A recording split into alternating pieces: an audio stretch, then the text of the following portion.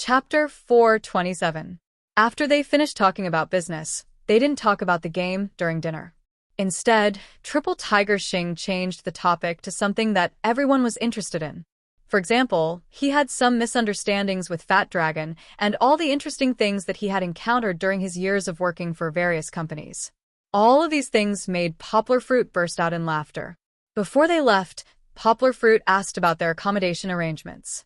Triple Tiger Xing stayed in an express hotel, and Fat Dragon had relatives in Guangzhou, so Poplar Fruit didn't have to worry about them. Poplar Fruit smiled as he drove the sleepy Kiki home. Today's dinner topics were too profound for Chi-Chi to listen to. She tapped her bowl and chopsticks in boredom at the side. It was only 9 o'clock, but Chi-Chi was already sleepy as if she was listening to a lullaby. When they got home, Poplar Fruit searched for Triple Tiger Xing's information on the internet.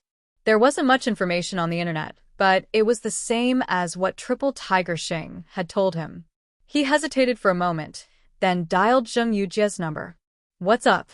It's late, and Kiki is asleep. You're bored, so you want to talk to me?"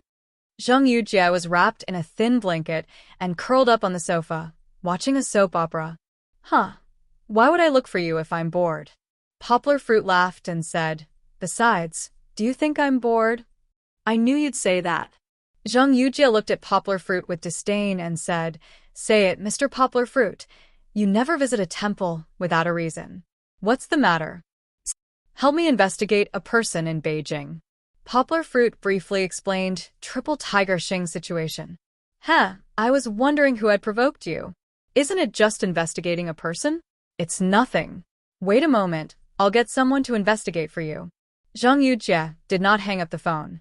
Instead, she shuffled her slippers and jumped onto another sofa. Then, she picked up the landline and started dialing. Poplar Fruit listened to the conversation on the phone. He rubbed his nose and hung up. Eavesdropping wasn't a good idea. That's right, Poplar Fruit wanted Zheng Yujie to investigate Triple Tiger Xing's background. To be honest, what Fat Dragon said in the hotel did move Poplar Fruit. If he didn't use the favor, then it would be gone.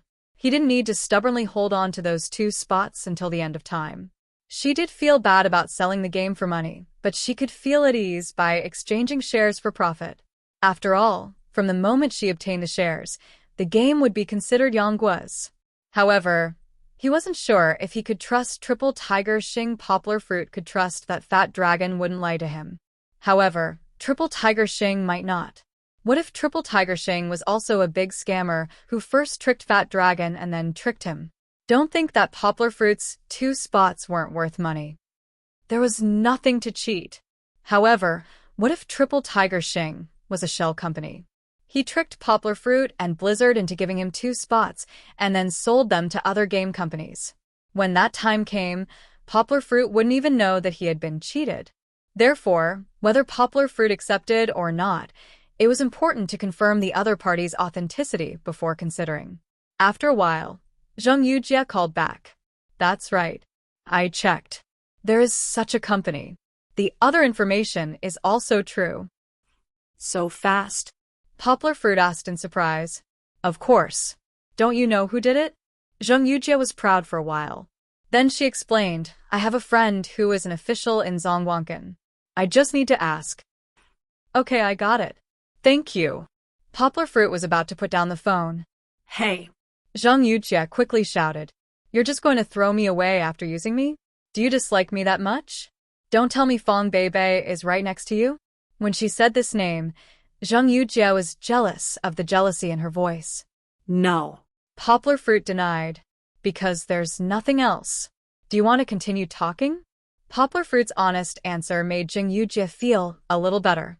Maybe it was because she knew that Fong Beibei wasn't next to Poplar Fruit in the middle of the night. She said, "Let's talk. It's rare for you to take the initiative to call me." Zheng Yujie said, "But, Poplar Fruit, I think your business is quite big. You're a teacher in graduate school, a translator, and a CEO. Not only are you investing in the entertainment industry, but you're also planning to enter the high-tech game industry." Poplar Fruit said speechlessly, "Investing in Wanha? Aren't you the one who dragged me into this? You're still blaming me." They were too familiar with each other.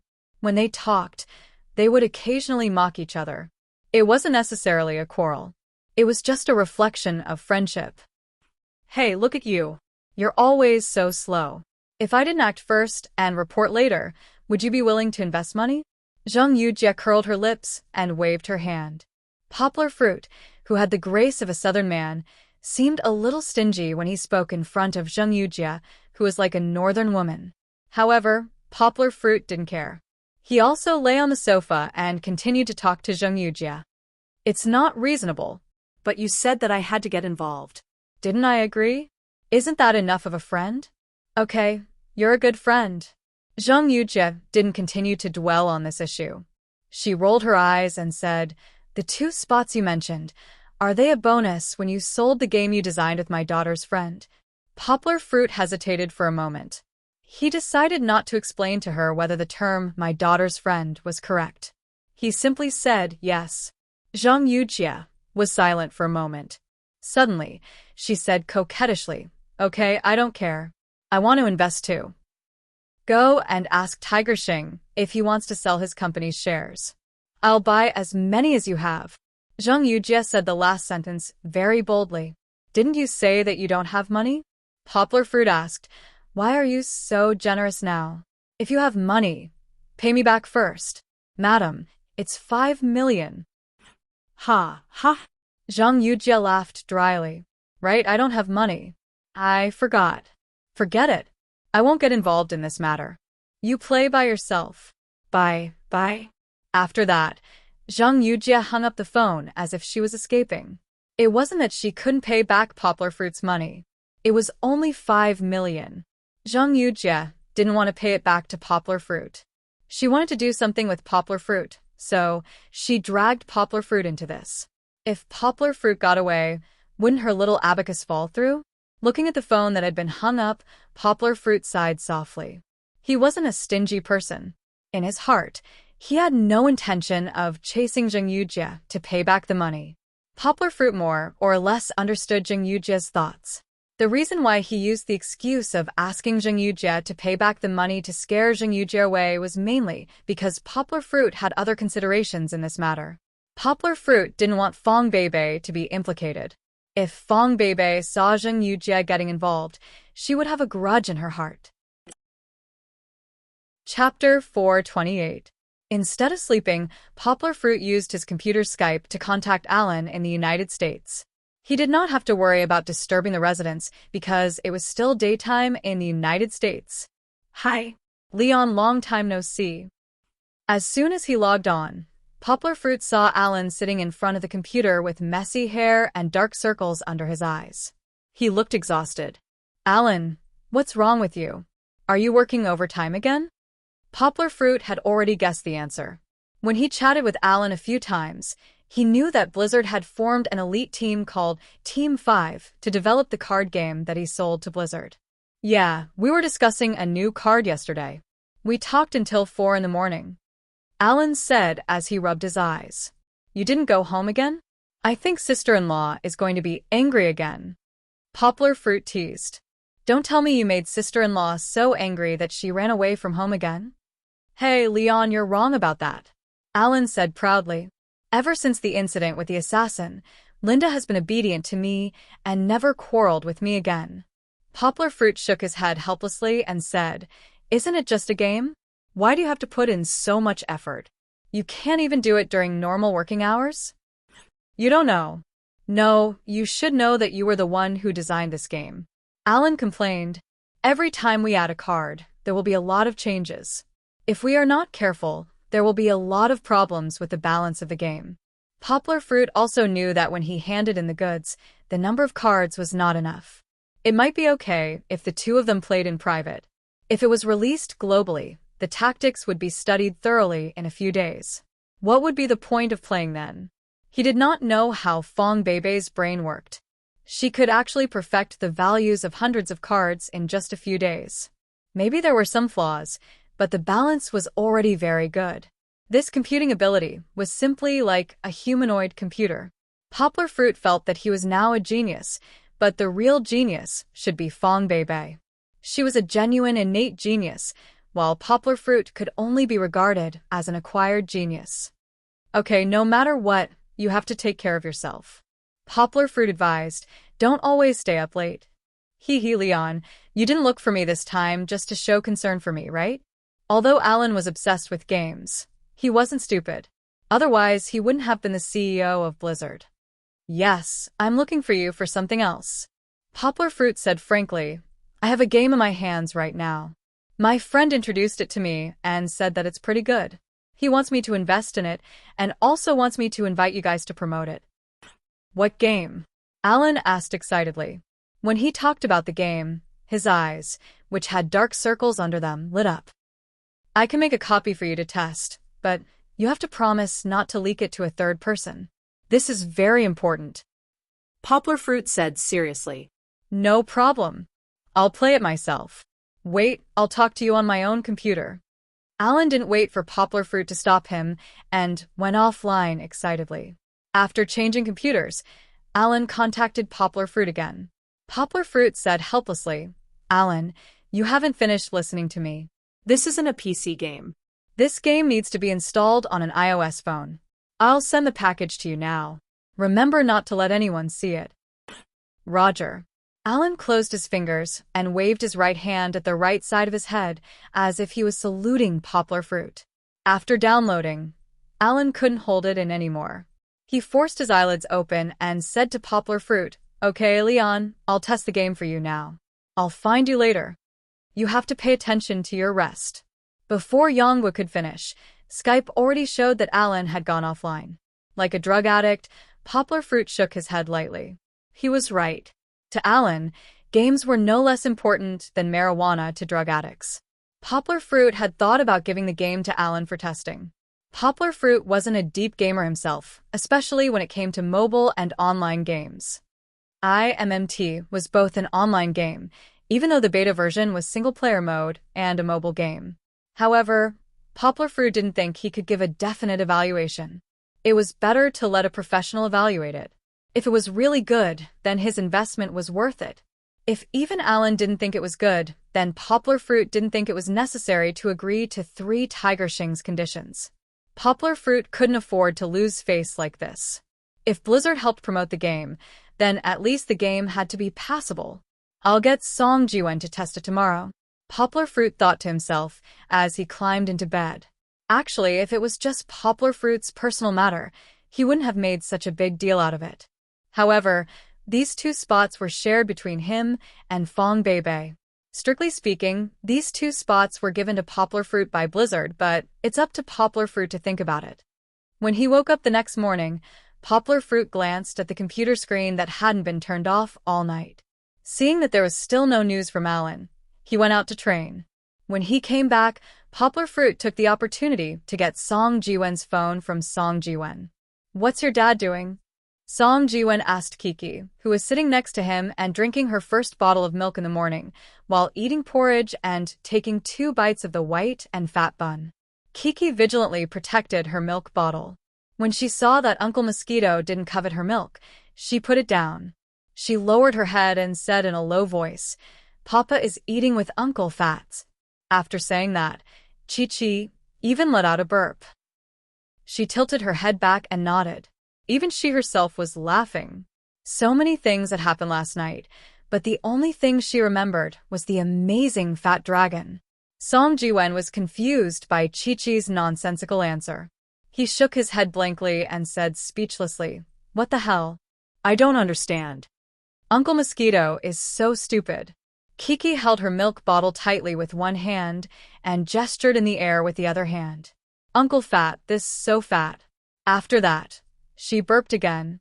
Don't talk. Drink your milk. Poplar Fruit came over and patted Kiki's chest gently with his palm. He said with a smile, Drink more, and you won't burp anymore.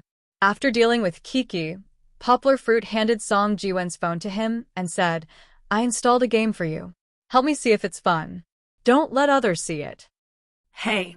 Song Jiwen smiled and said, Don't worry. I'll be very careful when playing games at work.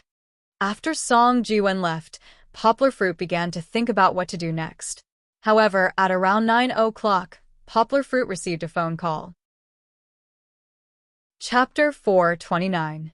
The person who called was the dean, Chun Zongdai. When he saw the number, Poplar Fruit muttered, "How did the dean read it so fast?" Poplar Fruit's information was not short. It was more than 100,000 words. If it was a novel, it was not a problem to read 100,000 words in one night. However, it was impossible to read Poplar Fruit's 100,000 words in one night. With Poplar Fruit's fast reading speed, it was impossible for him to read 100,000 words in one night. At most, he could memorize it slowly. No matter what, since the dean called, Yonghua hurriedly picked it up. "Come to my office," Chun Zongdai said concisely. Ah? "Teacher, aren't you on vacation? Are you still in the office?" Poplar Fruit asked strangely. "The students are on vacation. Why are we on vacation?" Chun Zongdai laughed. "The college entrance exam results are out. We don't need to recruit students. Are you saying that we don't need freshmen in the second half of this year?" "Okay." Poplar Fruit replied. "Don't talk nonsense, hurry up and come here. If it's not convenient, bring little Kiki here too." Chun Zongdai regarded Poplar Fruit as his favorite disciple. Usually when he talked to him, it was like they were family. It was common for him to speak in such an impatient tone. Before he could ask what was going on, Poplar Fruit reluctantly put down the phone. The teacher called. He had to go, even if he didn't want to. When they went out, Poplar Fruit put a cute pink beret on Kiki. This was bought by Zheng Yujie for Kiki in Beijing. It matched her dress today. Poplar Fruit himself was dressed more casually. However, after wearing a pair of sunglasses, his temperament went up another level. Opening the door of the back seat, Goldie swung the bell on its neck and ran in first. Poplar Fruit moved it to another position and installed the child safety seat. Poplar Fruit carefully fastened the seat belt for Kiki and said, "Don't make any noise in the back. Dad is driving, do you hear me? And you, Goldie." After arriving at the university because it was the holidays, the campus of Higashiyama University was relatively quiet. Except for some students who did not go home during the holidays and some tourists, Poplar Fruit did not see anyone else. The parking space was not as crowded as usual. Poplar Fruit could park the car near the university building. "Let's go. After we go up, the two of you are not allowed to be naughty. Otherwise, Grandpa Dean will spank you." Poplar Fruit smiled and scared Kiki. Kiki nodded solemnly. However, looking at her big round eyes, Poplar Fruit knew what she was thinking. Kiki liked Dean Chun Zongdai's long beard the most. Although it was not as exaggerated as Old Man Whitestone's, it was still as long as a finger. As long as Kiki saw it, she would want to reach out and pull it. Poplar Fruit laughed in his heart.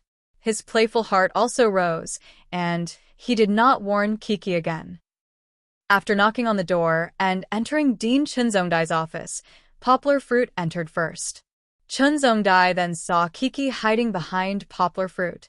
Kiki was holding a dog leash in one hand, and the other end was fastened to Goldie's collar. There was no other way. Yang Cheng's management of large dogs, although Goldie was still young, golden retrievers were indeed large dogs, was very strict. If they did not have enough safety measures, they would be fined. Kiki turned her head and saw that Goldie did not come in. She pulled on the leash and called out in a childish voice, "Here, here." Then a golden figure ran in. Chun Zongdai did not know whether to laugh or cry as he looked at Goldie, who ran to his feet and sniffed around. "I said you could bring your daughter here, but in the end, you dragged your family and even brought your dog here?" Poplar Fruit laughed and said, "Kiki, this little guy is very clingy. I had no choice but to bring her out. Teacher, don't worry, Goldie will not bite or bark." After saying that, Poplar Fruit went back and closed the door. Then he squatted down and helped Kiki take off her little hat. He said to Kiki, "Kiki, you play with Goldie on the side. Daddy wants to talk to Grandpa Dean, okay?" Kiki stretched out her hands and a sweet smile appeared on her face. She did her best to act cute to Chun Zongdai. "Grandpa Dean, hug." Chun Zongdai shuddered. He shook his head and waved his hands, tactfully declining. Ha ha. Grandpa Dean is not feeling well today. Next time. Last time, Chun Zongdai still remembered the pain of Kiki plucking a few strands of his beard. This time, no matter what, He would not let Kiki have her way again. Kiki pouted her little mouth in dissatisfaction. Then, she clasped her fingers together in front of her chest, and her big watery eyes blinked pitifully.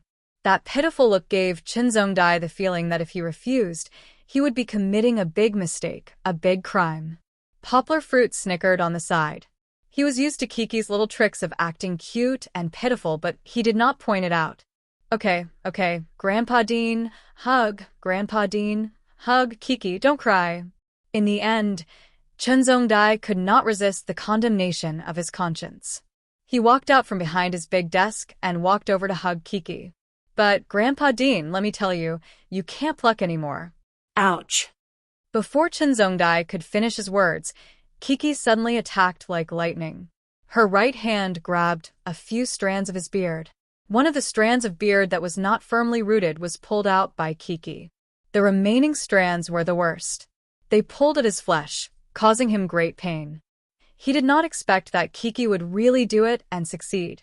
Poplar Fruit thought that the dean would dodge, so he wanted to see a battle of wits and courage between the two of them. Poplar Fruit hurriedly went up to take Kiki. He gently patted Kiki's little butt and said reproachfully, "Kiki, you're being naughty again." He wanted to clear his name, but Chinzongdai had lived for so many years. How could he not see through Poplar Fruit's little thoughts? He blew his beard and glared at Poplar Fruit. It's the father's fault for not teaching his son well. Poplar Fruit, you're too indulgent of your daughter. Poplar Fruit smiled apologetically. Yes, it's my fault. Please don't be angry with Kiki.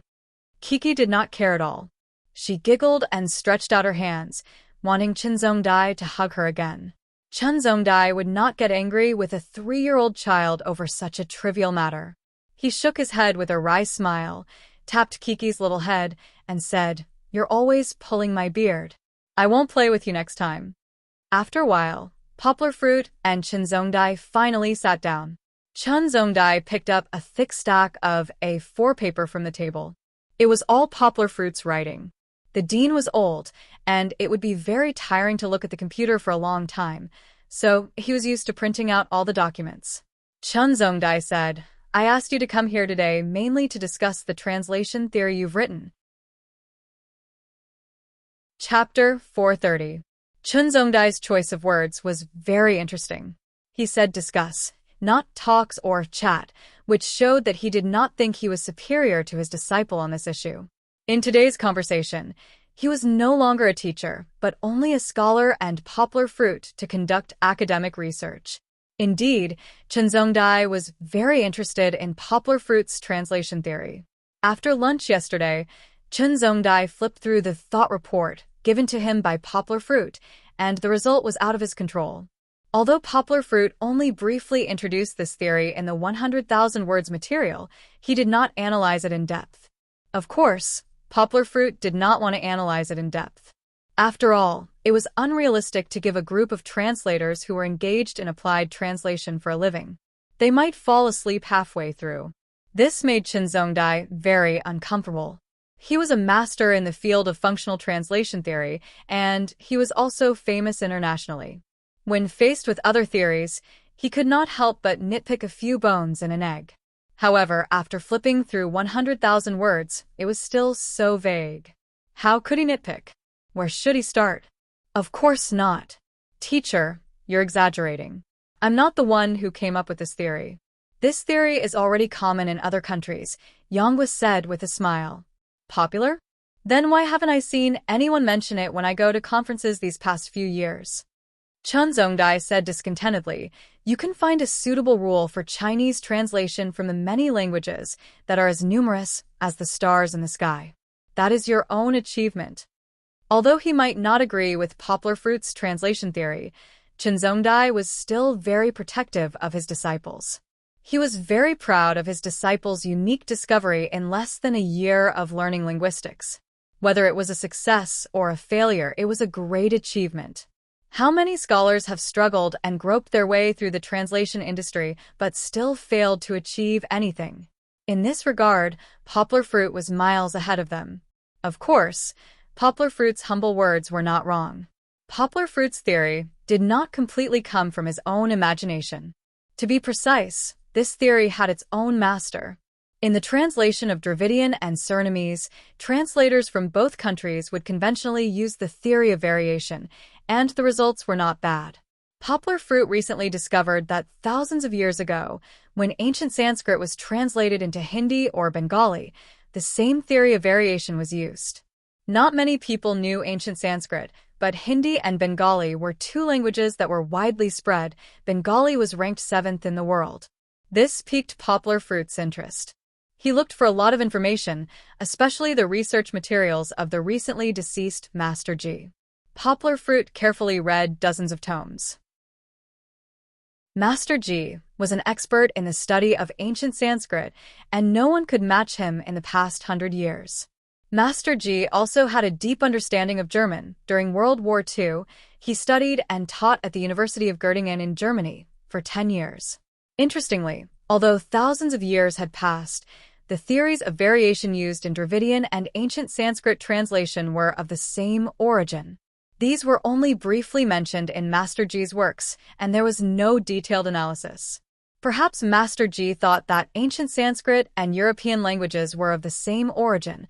The so-called Indo-European family did not need to be considered. For so many years in the Chinese language field, it was impossible that Poplar Fruit was the only one who understood these theories. Perhaps those scholars were used to thinking that the theory of translation between languages of the same origin did not have much guidance for the unique Chinese translation. Therefore, the research of this theory was like a desert in China. Poplar Fruit could not find any relevant information on the internet. But was this theory really not working? Poplar Fruit did not think so. Poplar Fruit knew 13 languages. Currently in the horizontal development stage, he did not learn any new languages for the time being, so Poplar Fruit could easily read the classics of other countries. Just from the small part that could be found on the internet, Poplar Fruit already had a macro understanding of this theory. Furthermore, his learning speed was too fast. Even if he only took a simple look, after a few days of digesting it in his mind, it would become a branch on his own tree of knowledge. Therefore, after understanding and mastering the theory of variation translation, Poplar Fruit realized that although this theory did not play any role in traditional literary translation, it could be used like a fish in water in translation, which was the most popular application in the market. For example, the translation of some advertising slogans. This was a translation project that many translators had to rack their brains to come up with a satisfactory conclusion. With the guidance of this theory, Poplar Fruit could quickly find a way to solve the problem. Poplar Fruit knew that it was impossible to accept a foreign theory completely. He also had to practice before he got rid of the bad and kept the good, and came up with a brand new variation translation theory. So this theory was kicked out by Poplar Fruit? Not exactly. Although Chen Zhongdai had some understanding of the ins and outs of this theory from the information given by Poplar Fruit, after listening to Poplar Fruit's statement, he still sighed and said, "It seems that I have wronged you before." Chen Zhongdai knew that his disciple was a language maniac. He was not satisfied with learning 13 foreign languages. He himself was only proficient in English and Spanish. He could speak a few unorthodox languages, but he could not master them. Compared to Poplar Fruit, he was somewhat inferior. However, Chen Zhongdai had always been critical of Poplar Fruit's crazy learning of new languages. He had told Poplar Fruit many times, learning too much without mastering it is a taboo in learning. You will not be able to achieve your own achievements. You can't go on like this. Be careful not to imitate others.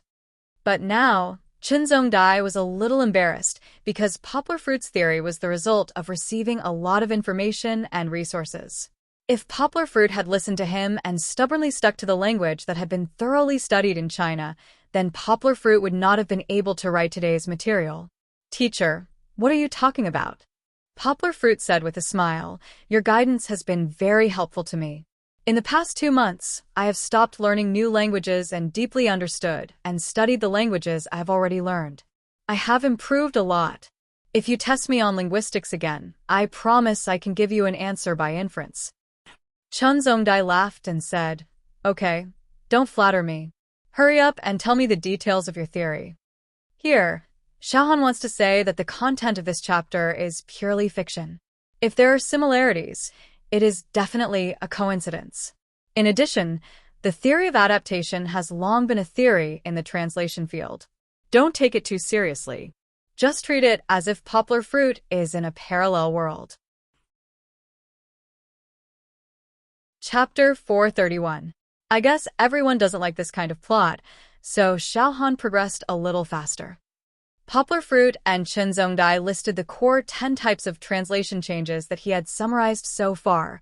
Excerpt, translation, abbreviated translation, summary, review, adaptation, interpretation, translation, and reference. Each of them was divided into several parts and carefully analyzed with examples for the dean. Only Poplar Fruit could do this without any preparation, because all the knowledge was stuffed into his mind. With Chen Zongdai's explanation, Poplar Fruit's thinking became clearer and clearer. In the end, he could use any example at his fingertips and did not have to search for it. But in this way, Poplar Fruit took a very long time to talk, and Chen Zongdai raised doubts from time to time. Poplar Fruit and his teacher's discussion lasted for a whole day. Even during lunch, Chen Zongdai did not let Poplar Fruit leave the office. It was Ma Em who cooked the food and sent it over. Kiki and Jinzi were bored out of their wits. Fortunately, Ma Em came and took them around the campus, leaving the two academically obsessed men to quarrel in the office. Yes, quarrel. Although Chen Zongdai was not stubborn, he had been immersed in functional translation theory for so many years and was deeply influenced by traditional translation ideas. He did not agree with Poplar Fruit's translation changes theory. Often, the old and the young argued with each other until their faces turned red. Poplar Fruit would not soften his stance just because the person sitting opposite him was his teacher. As long as he felt that he was right and had sufficient reasons, he would definitely fight for it. Do you understand? Not every translator can be as good as you. In the end, Chen Zongdai was forced into a corner and threw out a trump card. He said, if everyone can be flexible and convince the readers, then why do we insist on the standard of trust and elegance for more than 100 years? This shows that your theory doesn't work. Chen Zongdai slammed the table and said.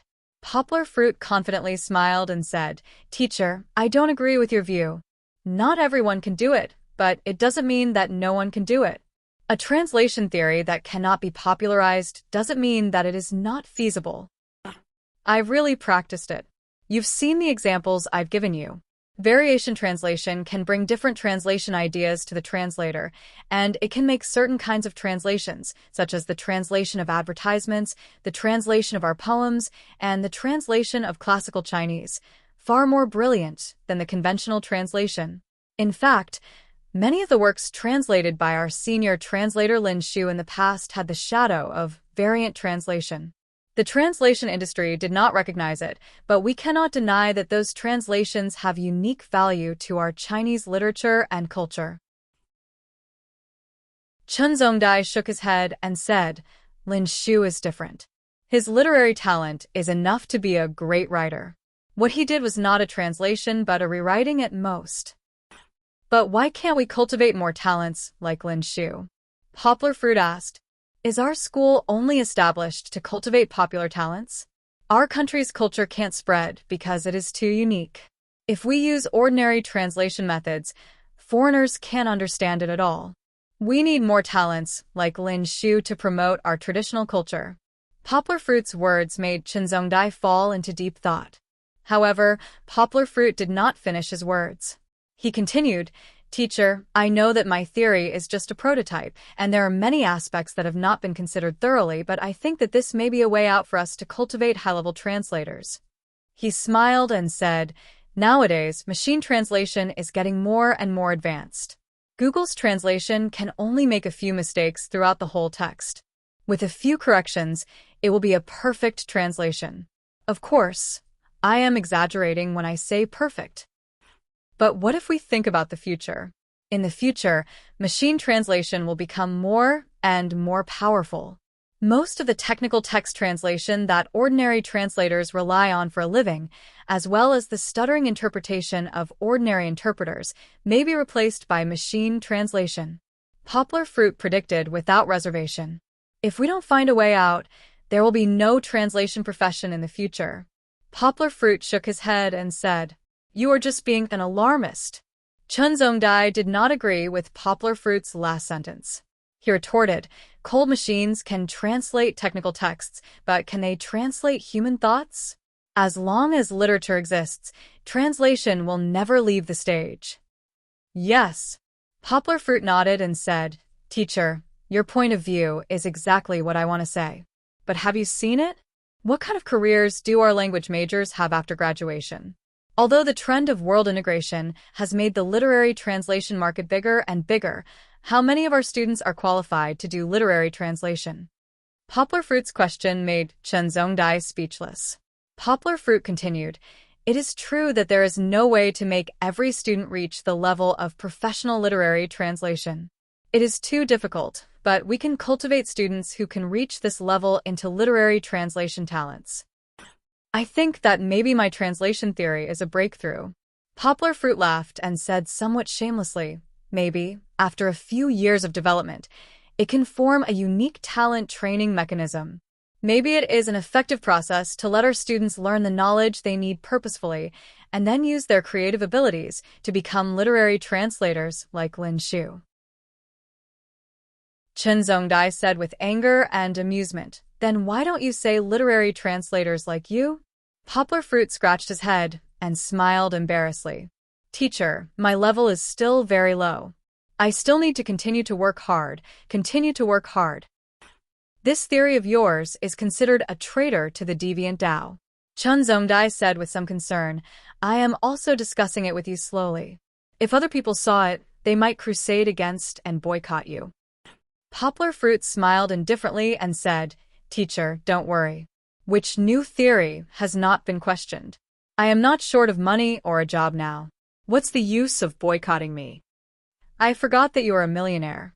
Even if you can't make a living as a translator, you can still do something else."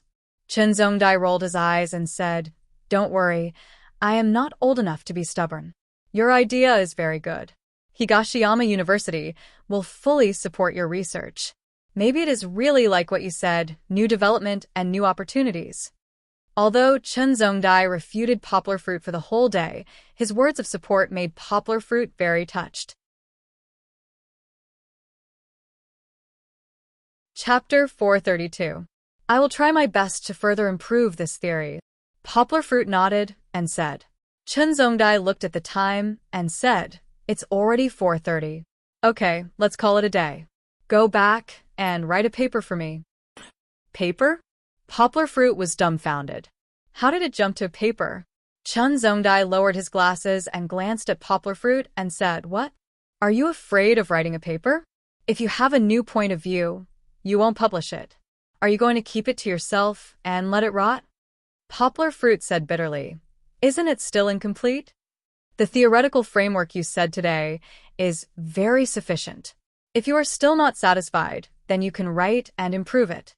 I know you have the ability." Chen Zhongdai chuckled, as if his trick had worked. "After you write it, I'll send it to the most influential magazine in the country, Translation Scholar. Let's see who dares to question the disciple I chose." Poplar Fruit said with a sad face, "Teacher, you are pulling the seedling to help it grow. Aren't you afraid that people will drown your disciple with saliva?"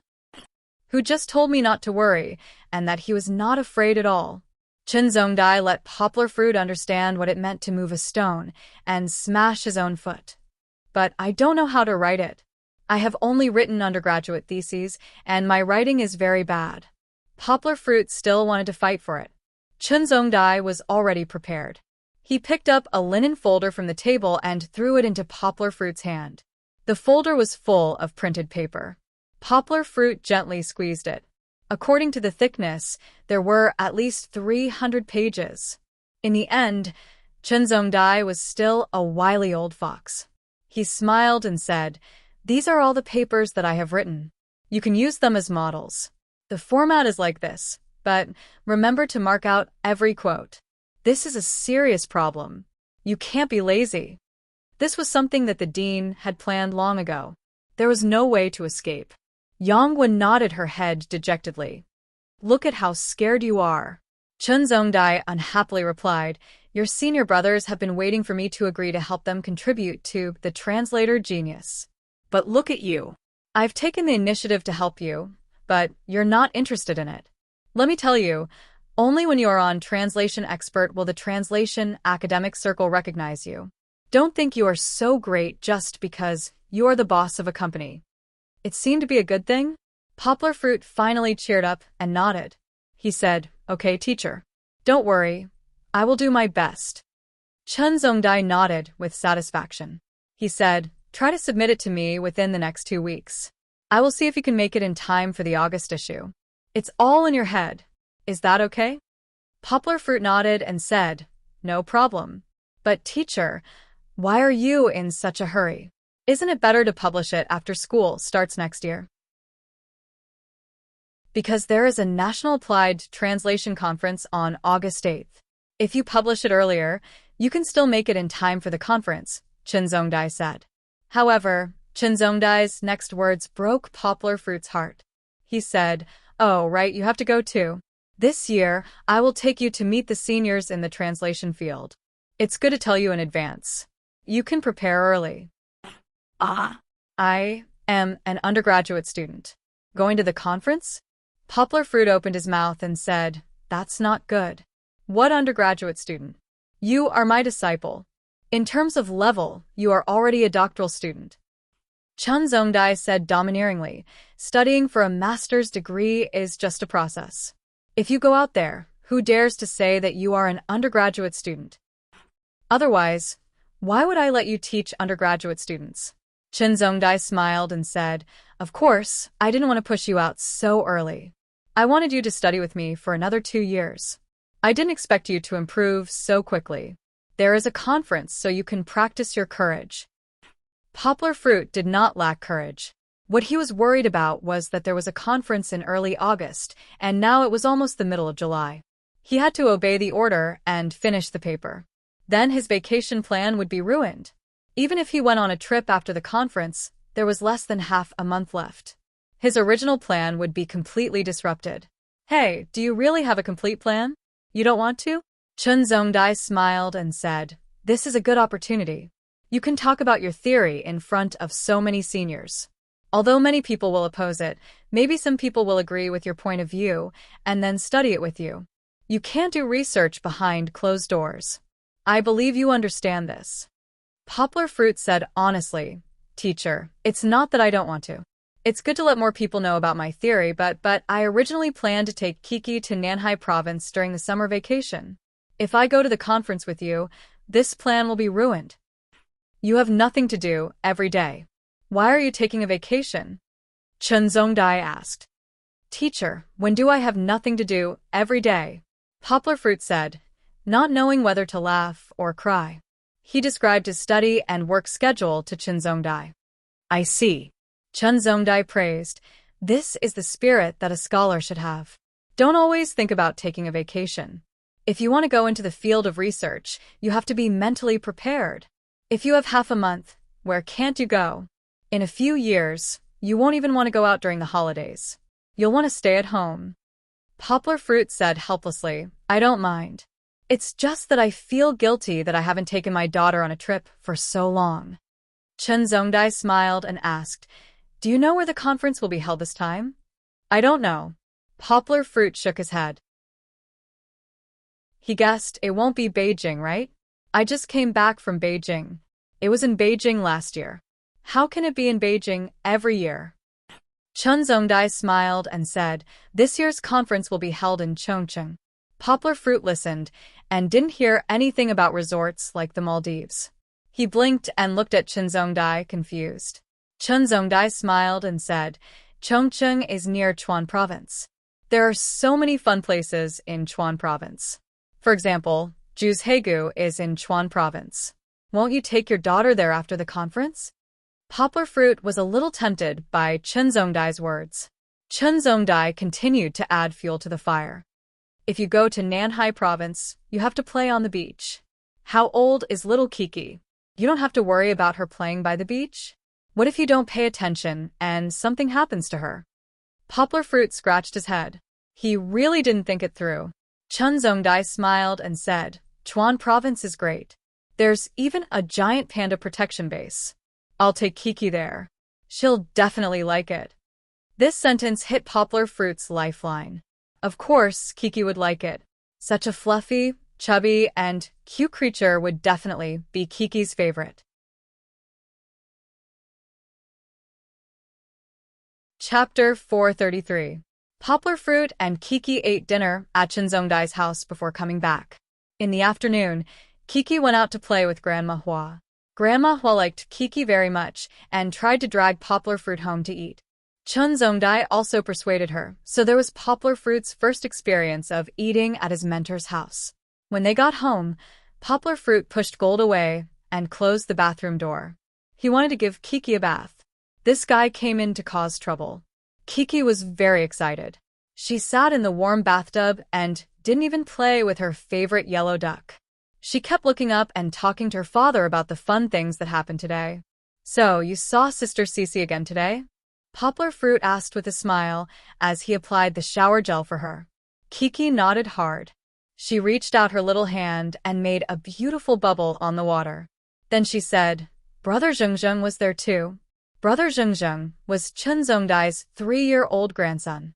His son and daughter-in-law didn't have time for work, so they took care of him for Grandma Hua. Really? Poplar Fruit asked with a smile. Did Kiki have fun today? Chi-Chi fiddled with the water again, causing the bubbles of the shower gel to disperse. She said in a childish voice, Chi-Chi had a lot of fun. But, Brother Zhengzheng kept crying. Kiki complained. Gold didn't play with him, so Brother Zhengzheng cried. Poplar Fruit wanted to laugh. Why did he want to laugh? It was because he was really lucky as a father to have raised such an obedient child like Kiki. He thought about how Grandma Hua kept praising Kiki at the dinner table. Then she said that Zhengzheng cried at least 10 times a day. It was really worrying. Speaking of which, although Kiki was half of Zhengzheng's age, the two of them were about the same size. Grandma Hua said that it was because of the Poplar Fruit's good genes.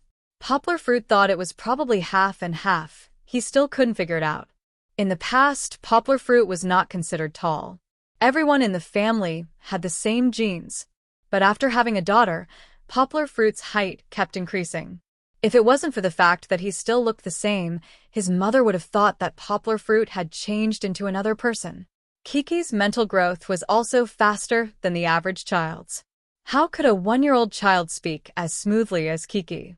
Kiki could also speak a lot of English and French words, the 2 foreign languages Poplar Fruit used most in front of her. Forget it. Let's not dwell on this issue. Anyway, it's a good thing that Kiki is beautiful and smart.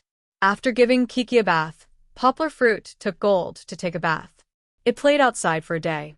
But when it took a bath, the 2 little guys would twist together. The bath that Poplar Fruit gave Kiki would be wasted again. However, Gold was more troublesome than Kiki. Kiki would only splash water, but after Gold finished bathing, before Poplar Fruit could use a dry towel to check it, it would shake its body to get rid of the water. Suddenly, the dog became a 360-degree weapon that could ignore friends and enemies. It was a chaotic attack. Poplar Fruit would suffer every time. Busy arguing with the dean for a day, Poplar Fruit forgot the most important thing at the moment. After he took a bath, he came out and turned on the computer. As soon as she saw the screen, Kiki excitedly left Gold and ran to the sofa. She pulled her father's little toe and climbed up. Ouch. Poplar Fruit almost twisted his toe. He held Kiki up. Papa, Kiki wants to watch Pleasant Goat. Kiki snuggled in her father's arms and said as she stretched her little head to the computer screen, Papa has to work. I'll watch it for you later, okay? Poplar Fruit persuaded. No. Kiki used her killer move of acting cute again. She looked at her father pitifully and said, Kiki's acting cute had no effect on Poplar Fruit, but he thought about it. Kiki didn't watch TV today and accompanied him to listen to the boring academic discussion in the morning. His heart suddenly softened. He rubbed Kiki's hair that was not completely dry and said, I really don't know what to do with you. Poplar Fruit couldn't give the MacBook in his hand to Kiki. He saw the Skype prompt that Alan had called him several times. But he still had an old computer in the study room. Poplar Fruit took it out and put it on the coffee table. He connected to the internet and found an episode of Pleasant Goat Online that Kiki hadn't watched yet and played it for her. As soon as Kiki had the TV to watch, she immediately became obedient. She sat on the sofa. Gold was also picked up and curled up beside her. After dealing with Kiki, Poplar Fruit finally had time to contact Alan.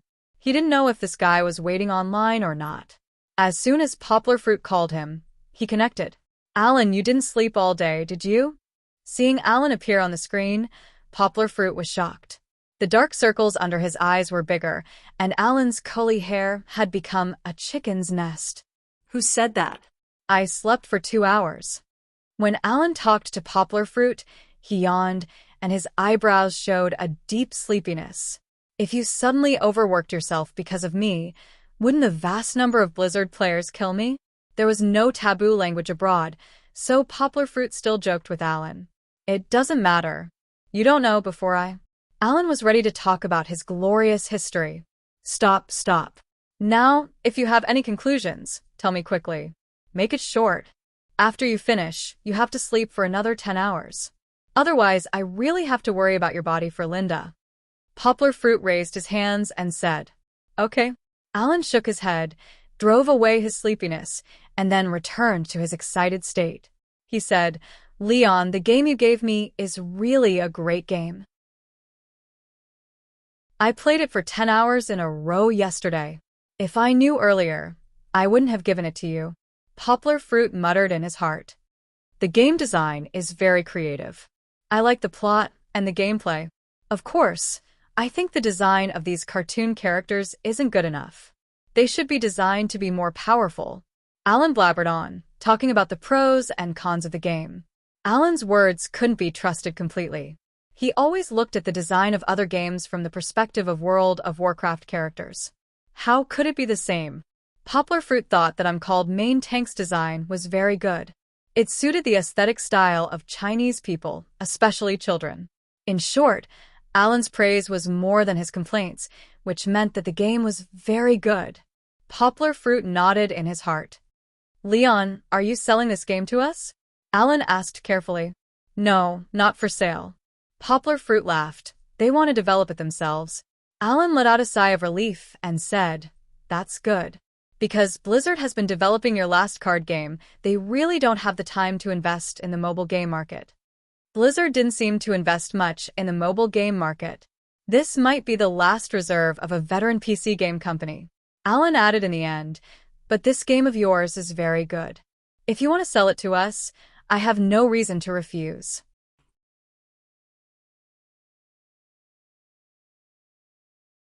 Chapter 434. The game is good, Song Jiwen said as he sat at the table and watched the news on his phone. "Really?" Poplar Fruit came out with 2 plates. He smiled and said, "Well, you've worked hard playing the game. I'll add an egg for you today." The eggs were poached eggs. Poplar Fruit had been researching new recipes for Kiki recently. He found that Kiki liked poached eggs, and they were high in protein and nutritious. Song Jiwen had been drooling over Poplar Fruit's poached eggs for a long time. Poplar Fruit's eggs had a clear color, slightly charred egg white, and transparent egg yolk, like a gem. The aroma was even more tempting. It was just that he didn't have time to pester Poplar Fruit to make it before work. Today was the weekend, and he could finally enjoy delicious food. Adding an egg would make 2 eggs. He couldn't praise more. Of course, Poplar Fruit's poached eggs for Kiki and Song Jiwen were 2 different concepts. Kiki put a lot of thought into it. She tried not to be charred, and it was slightly salty, which was good for her health. Song Jiwen's eggs were charred yellow on the outside. He liked this texture the most. Also, enough salt had to be added, or he would complain again. Kiki watched her father put the other plate in front of Uncle Mosquito. She didn't even look at the plate in front of her. She was eating from the bowl and looking at the plate. Poplar Fruit smiled and touched Kiki's little head. He said, "Don't look. Don't you have it?" Song Jiwen picked up a poached egg and put it on his bowl. He opened his mouth and took a big bite. The oil sizzled down. Poplar Fruit's own breakfast was much simpler. Cold porridge with some pickles was the best summer food. Of course, he wasn't in a hurry to eat. Every time, he had to feed his daughter first before it was his turn to eat. So that game was made by you and my daughter's friend again? How much are you going to sell it for this time? 10 million?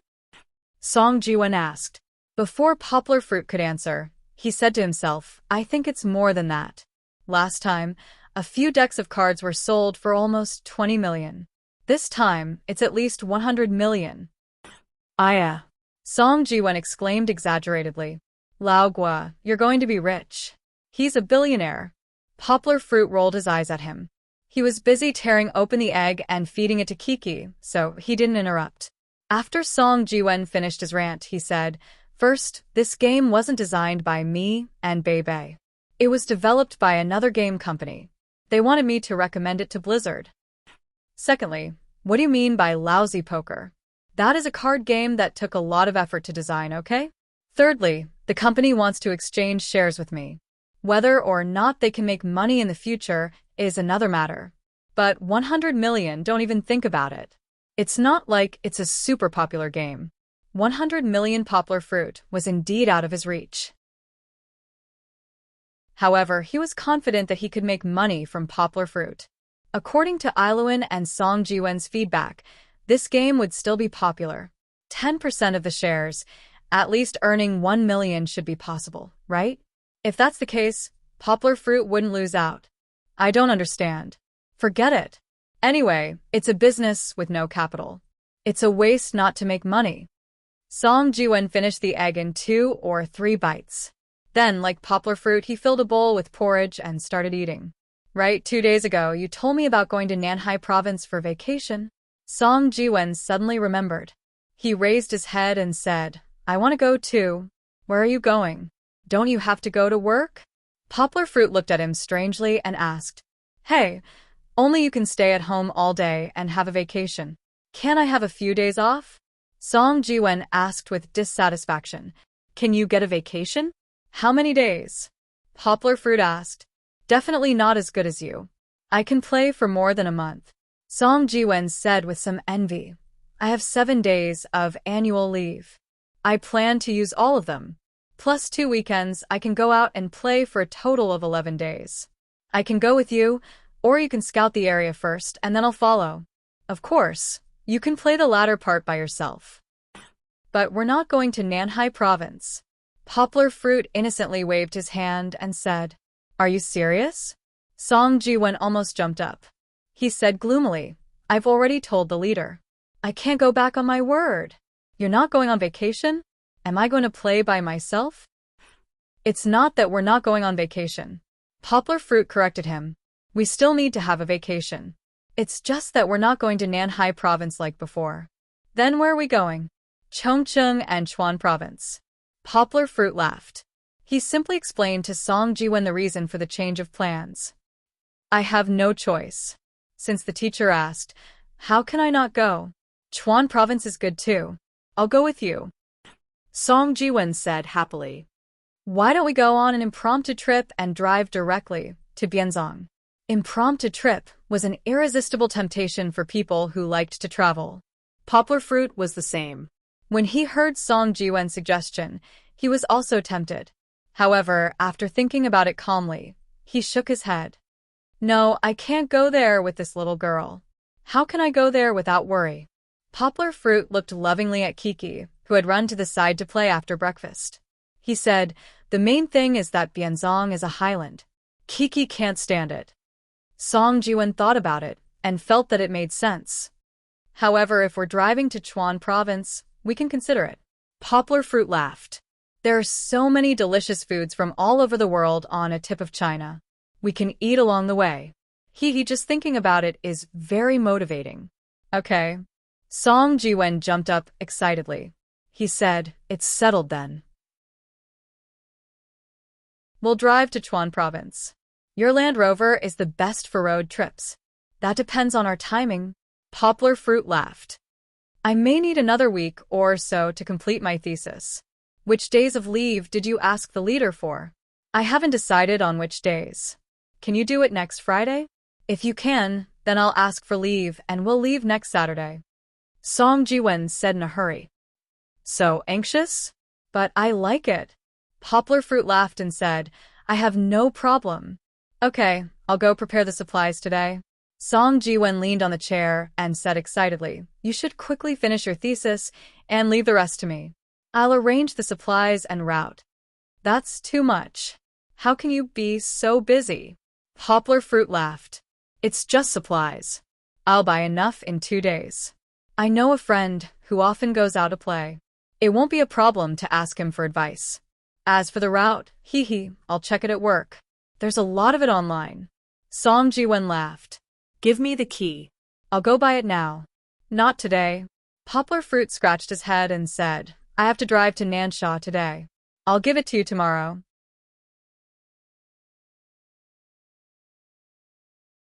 Chapter 435.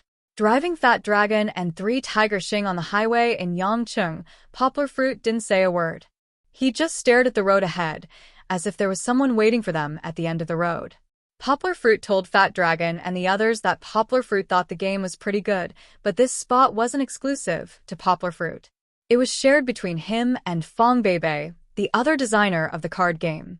Therefore, Poplar Fruit's agreement alone didn't count. This matter still needed to be discussed with Fong Beibei. Actually, Poplar Fruit didn't have a problem with this decision alone. Poplar Fruit wanted to pull Fong Beibei into the game, but there was a deeper reason that Poplar Fruit himself didn't want to admit. He wanted to use this opportunity to meet Fong Beibei. Yanghua had an ulterior motive. As he drove, he was no longer in the mood to think about the game. His mind was filled with Fong Beibei's slender and elegant figure. However, this guy didn't realize that this situation had already answered the question Fong Beibei had asked him in the rain. Poplar Fruit drove over, feeling a little nervous. This was because he acted first and reported later. He didn't even tell Fong Beibei beforehand. He was a little worried that Fong Beibei would fly into a rage and refuse to see him. Sitting next to Poplar Fruit, 3 Tiger Xing's heart was also in a mess. Poplar Fruit arranged for Fat Dragon to sit in the back and him to sit in the front. However, Poplar Fruit didn't say much to him. He didn't know what he did wrong. Actually, 3 Tiger Xing was thinking too much. Poplar Fruit didn't let him sit in the front passenger seat because he wanted to talk to him. It was because Kiki was sitting in the back. Poplar Fruit could only let Fat Dragon take care of Kiki. However, Fat Dragon wasn't good at taking care of children. He stared at Kiki for a while before closing his eyes and pretending to be asleep. When they arrived at Nansha, Poplar Fruit hesitated for a moment. He didn't drive directly to Fong Beibei's house. Instead, he found a clean and quiet restaurant 2 streets away. You guys order something to eat first. I'll call her out, Poplar Fruit said as he walked out with his phone. Kiki didn't want to stay in the same room as Uncle Fatty. She clicked her little shoes and followed her father closely. Poplar Fruit anxiously dialed Fong Beibei's number. After waiting for a while, he finally heard Fong Beibei's familiar voice. Of course, it wasn't very friendly. Poplar Fruit, big uncle, weird uncle. Didn't we agree that you're not allowed to disturb me for 2 months? Tell me, what's the reason today? Fong Beibei said first.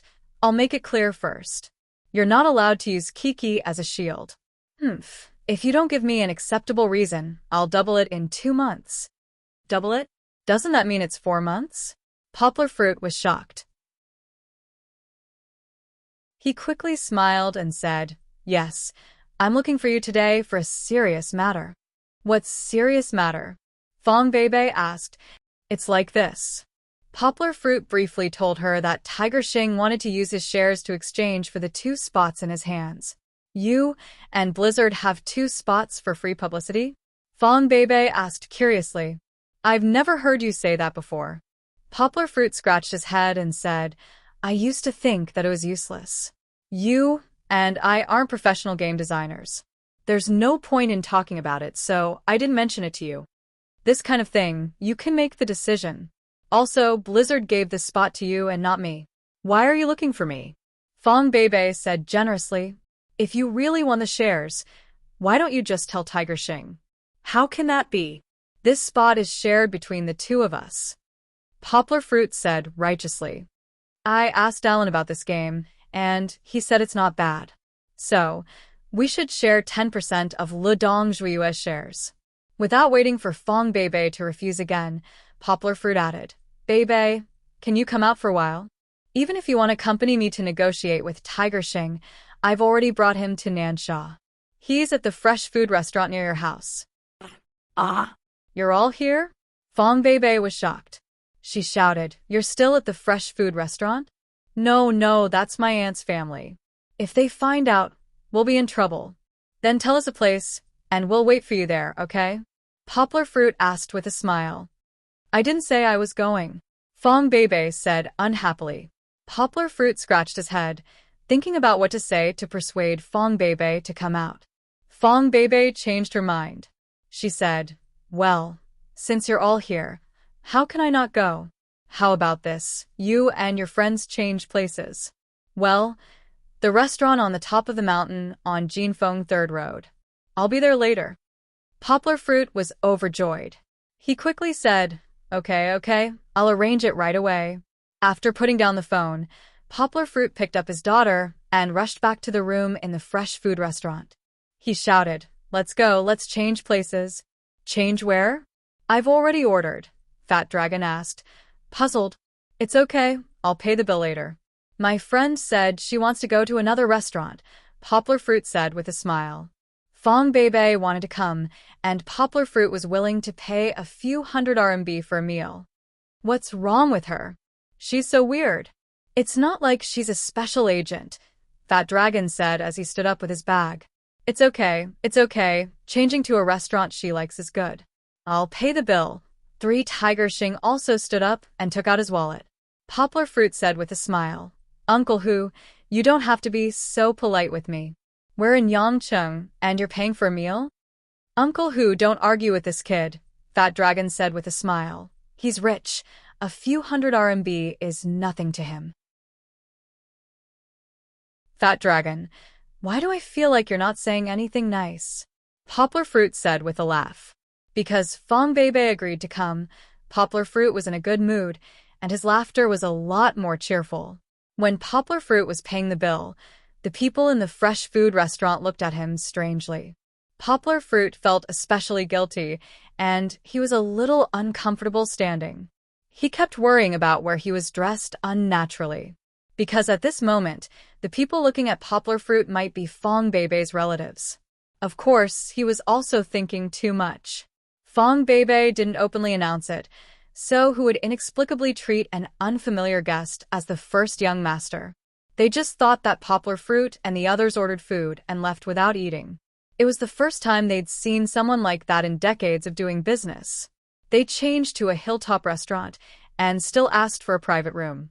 Poplar Fruit said to Fat Dragon and the others, You guys order first, I'll go to the door to receive her. Fat Dragon shook his head and poured tea for himself and 3 Tiger Xing and said, Forget it, let's wait for her to come. Otherwise, you'll have to pay for nothing if they change later. Poplar Fruit shook his head and ignored Fat Dragon's cold humor. He brought Kiki to the door to wait for Fong Beibei.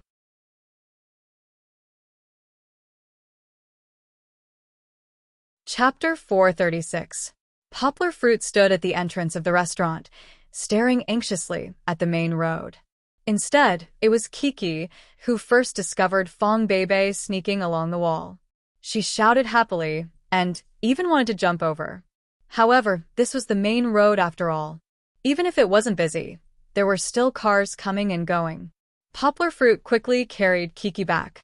When he was still squatting, 2 beautiful and round slender legs entered Poplar Fruit's eyes. He looked up and saw Fong Beibei standing gracefully in front of him. Fong Beibei was wearing a sports jacket. He didn't know if it was because she was afraid of being seen by someone she knew, but she also wore a hat. From the angle where Poplar Fruit was squatting, he could just see that beautiful face that made his heart beat faster. Underneath the jacket was a short-sleeved t-shirt.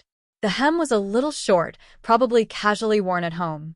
There was a faintly discernible gap between the t-shirt and the denim hot pants. Poplar Fruit couldn't take his eyes off her. His gaze was fixed as if he wanted to drill into it and see what was going on. Hey! Fong Beibei's face turned red. She took a step back, covered her belly, and pouted coquettishly. Poplar Fruit hurriedly stood up and put on a serious expression, as if everything that had just happened had nothing to do with him. Fong Bebe walked to his right and stretched out her hand to pinch Poplar Fruit's arm. She scolded in a bad mood. "You're the only one who knows how to cause trouble. We agreed not to see each other or call each other for 2 months, but you're harassing me every 2 days. I let you go once, and now you're taking advantage of me?" With Fong Bebe's little strength, if Poplar Fruit bulged his muscles, Fong Bebe wouldn't be able to twist his arm at all. However, Poplar Fruit didn't dare to. He obediently let Fong Bebe grab a piece of flesh and rotate it 180 degrees clockwise and then counterclockwise. It wasn't too painful, but Yang was still grimaced and looked like she was in a lot of pain. In the end, Fong Bebe let Poplar Fruit go and rubbed the place where she had just pinched him. Poplar Fruit's face shyly smiled and said, "It happened in a hurry, so I didn't have time to discuss it with you. You see, I missed you so much before and I didn't disturb you, except for that one time when Kiki wanted to talk to you." Ugh, disgusting. Don't say it. Don't say it. Although Fong Bebe pretended to be disgusted by Poplar Fruit's words, she was secretly happy. Her hand pinched another piece of Poplar Fruit's flesh. Hey, who taught you that? You're starting to be glib now? Of course, it was Song Jiwen who taught him that. After Poplar Fruit told him his plan, Song Jiwen urged him, "Lao Guo, let me tell you, if you want to get my daughter's friend, you have to be thick-skinned and have a sweet tongue." Thick-skinned? My skin is very thick. If you don't believe me, why don't you punch me? Song Jiwen really wanted to beat this guy to death. He finally calmed down and used his many years of experience to teach Poplar Fruit. Thick-skinned refers to thick-skinned, you idiot. Don't be shy. You have to be decisive and brave. Say more sweet words. Don't think of yourself as an ordinary man. Be more sweet and say the most mushy words. What if you scare her? In the past, when Poplar Fruit and Song Jiwen were together, it was always Poplar Fruit who came up with ideas. Today, it was rare for Poplar Fruit to listen to Song Jiwen's guidance so that he could capture the beauty's heart as soon as possible. How could she be scared? Song Jiwen said resentfully, "There's only a dumb donkey standing there. There's no beauty. Who doesn't like sweet words?" No, Poplar Fruit quickly shook his head and said, "These are all facts. How am I glib-tongued?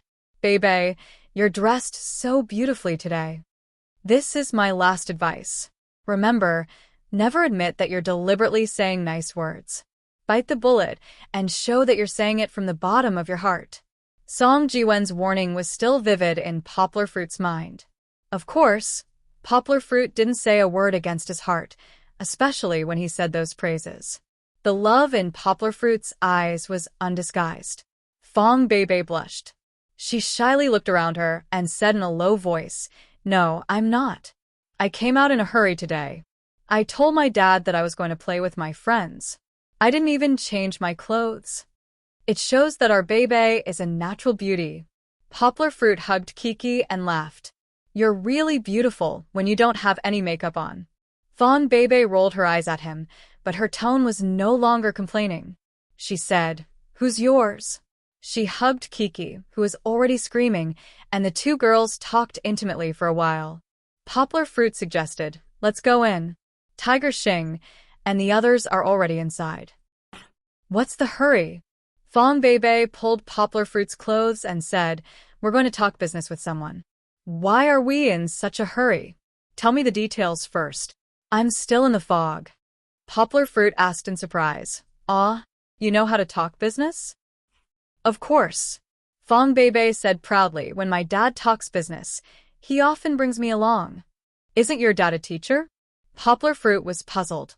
"He's a teacher, but our family used to run a small stationery store. Now that it's big, my dad resigned and came out to take care of the business," Fong Bebe said. "Why would your dad bring you along when he's talking business?" Poplar Fruit still felt strange. When he was talking business, he had no choice but to bring Kiki along. If he had Bebe to look after her, why would he bring this little troublemaker out? "Because my arithmetic is good." Fong Bebe puffed out her bulging chest and said, "As long as I'm here, No one can cheat my dad. In fact, when Fong Beibei said to talk business, she was going to the stationery store to buy goods. Other people would bring a calculator to buy goods, but the Fong Beibei's ability was even better than a calculator. She could calculate the addition, subtraction, multiplication, and division of 4 to 5 digits in an instant, and the result was accurate to 5 decimal places without a problem. There was no other way. At that time, the small business had to be calculative. Even a little loss was painful. Not to mention Fong Beibei's stationery store. Even if you went to a small restaurant to eat, if you didn't check the bill carefully, the restaurant owner might add a few yuan here and there. The amount was roughly correct, but there was still a small gain. Well, it's like this. Poplar Fruit told Fong Beibei all the information he knew. So it's like this. But I'm curious. How do you know how much the company is worth? Fong Beibei asked curiously. Yes, it only took 1 or 2 days. How did Poplar Fruit do it so quickly? Poplar Fruit scratched his head. He couldn't tell Fong Beibei that the detailed data was secretly investigated by Zheng Yujie for him, right? He could only cover it up with a dry smile and said, I have a friend in Zhongguancun. Asked him to investigate for me. It's the information age, haha.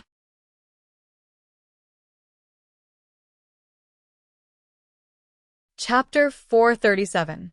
After telling Fong Beibei what he knew, Poplar Fruit led Fong Beibei to the private room.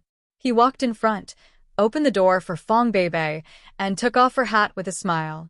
Come in. Sorry to keep everyone waiting. After Poplar Fruit opened the door, he let Fong Beibei go in with Kiki in her arms. Wow. As soon as Fong Beibei went in, Fat Dragon and Tiger Xing quickly stood up, especially Fat Dragon. He looked at Fong Beibei from head to toe, and then looked at Poplar Fruit with a mischievous expression. Let me introduce you. Poplar Fruit pretended not to see it. He smiled and said, This is Fat Dragon. His name is Long-O. He was my junior high school classmate and good friend, and he is a relative of my brother-in-law. This is Tiger Xing, Uncle Hu. I told you about him before. This is Fong Beibei, my... Poplar Fruit hesitated. He looked at Fong Beibei, who was glaring at him, and said, My junior sister. Haha, hello, classmate Fong. Fat Dragon was more familiar with Poplar Fruit, and he knew Poplar Fruit's character. How could he not see that Poplar Fruit was interested in the girl? He smiled and greeted Fong Beibei. It turns out that Poplar Fruit is hiding such a beautiful friend. I was wondering why he didn't accept the girl my aunt introduced to him. Fong Beibei blushed. She shook her hand and said, No. Poplar Fruit kicked Fat Dragon and said, Okay, don't be so enthusiastic. You scared Beibei. Fat Dragon nodded happily and sat down, but he kept observing. Seeing how Poplar Fruit was so attentive to Fong Beibei and how he used tea to wash the dishes, he muttered in his heart, You're still denying it? There's definitely a problem. Should I tell Sister Yangping? Should I? After the dishes were served, everyone began to eat. The food in the restaurant on the mountain was not bad. Although Poplar Fruit had never been there, he had eaten there a few times and felt that it was quite authentic. After eating more than half, Fong Beibei had already put down her chopsticks. She sat beside Poplar Fruit and quietly drank tea. Xing Sanhu found a suitable opportunity to bring up the topic of today's visit. Poplar Fruit smiled and said, Uncle Hu, I personally agree with this matter, but we still have to see how Beibei thinks about it. If she says it's okay, then it's okay. I'll listen to her. Xing Sanhu looked at Fong Beibei with hope. She took another sip of tea and said softly, Uncle Hu, I've never played this game before and I don't know much about games. However, I believe in Poplar Fruit. He said that your game is worth our investment. I don't think his judgment is wrong. Xing Sanhu was a little excited. He asked, then, Does that mean you guys agree? Fong Beibei smiled and gently shook her head. She still used a gentle tone and said, Not yet. We're talking about business. We still have to discuss the details. Poplar Fruit looked at Fong Beibei in surprise, but did not say anything. 3. Tiger Xing could be considered someone who had been in the business world for more than 10 years. He resisted the urge to say, What do you want to discuss? I'll agree to whatever conditions you have. Although he was very eager for the 2 recommendation spots in Yanggu's hands, the more eager he was, the calmer he had to be. If there's anything you think is inappropriate, just say it. We can discuss it. Xing Sanhu took a deep breath and smiled. Uncle Hu, please don't mind. I'm just a little dissatisfied with the terms of our share exchange. I just feel that the 10% shares you're giving us is too little. Fong Beibei said. The way she spoke didn't sound like she was in the middle of a negotiation. Instead, it sounded like she was comforting Kiki. It was very gentle, and it made people feel comfortable. Xing Sanhu didn't dare to be careless when it came to benefits. He asked then, Miss Fong, how much do you think is appropriate? 20%. Fong Beibei's voice was very soft, but there was no room for doubt. 20%? Xing Sanhu was so shocked that he almost shouted. Xing Sanhu couldn't help but look at Fat Dragon. He seemed to be asking, what's up with your relatives? Why are they asking for so much? Fat Dragon laughed. He took a sip of tea and said, why are you looking at me? You guys can talk about the money. I'm just here to freeload. Poplar Fruit also looked at Fong Beibei in surprise. However, he didn't say anything. He left it to Fong Beibei. This wasn't to say that Poplar Fruit had a lot of confidence in Fong Beibei. He also felt that Fong Beibei's request was a little too much. She wanted 20% shares for 2 free publicity spots. However, Poplar Fruit didn't care too much. Fong Beibei could do whatever she wanted. It didn't matter if the negotiation fell through. It was just a business deal. 20% is too much. Xing Sanhu said with an ugly expression. This doesn't make sense. Fong Beibei said unhurriedly. Uncle Hu, we have a friend in Beijing, Zhongwankan. He told us that your company's current market value is only a little over 20 million. That's not right. Poplar Fruit's eyebrows twitched. He remembered that he told Fong Beibei that it was 30 million. Could it be that Fong Beibei remembered it wrongly? How is that possible? Xing Sanhu said excitedly. Our company's total assets are at least 30 million. 20 million is definitely nonsense. I'm sorry, Fong Beibei said softly. Uncle Hu, don't be angry. Maybe our friend made a mistake. Let's calculate based on 30 million yuan. 10% is only 3 million yuan, right? Xing Sanhu hesitated for a moment and nodded gently. 3 million. According to the exchange rate, it's less than $500,000. Fong Beibei smiled and said, when Poplar Fruit was negotiating with Blizzard in the United States, the price was 200 million. The other party is willing to pay another 200 miles gold for our game, but Yanggu doesn't want it. He only wants the price he negotiated with his friend. This was a history that Poplar Fruit had only told Fong Beibei in detail. When Fong Beibei mentioned it at this time, Xing Sanhu was stunned and worried about Poplar Fruit. Poplar Fruit scratched his head awkwardly. He didn't know why Fong Beibei suddenly changed the topic. Blizzard is very grateful to Poplar Fruit, so they gave him these 2 free publicity spots. Fong Beibei smiled and said, of course, I won't directly exchange $2 million for these 2 spots. That's not realistic. Xing Sanhu hesitated for a moment and then nodded. But even if it's not $2 million, these 2 spots are worth at least half, right?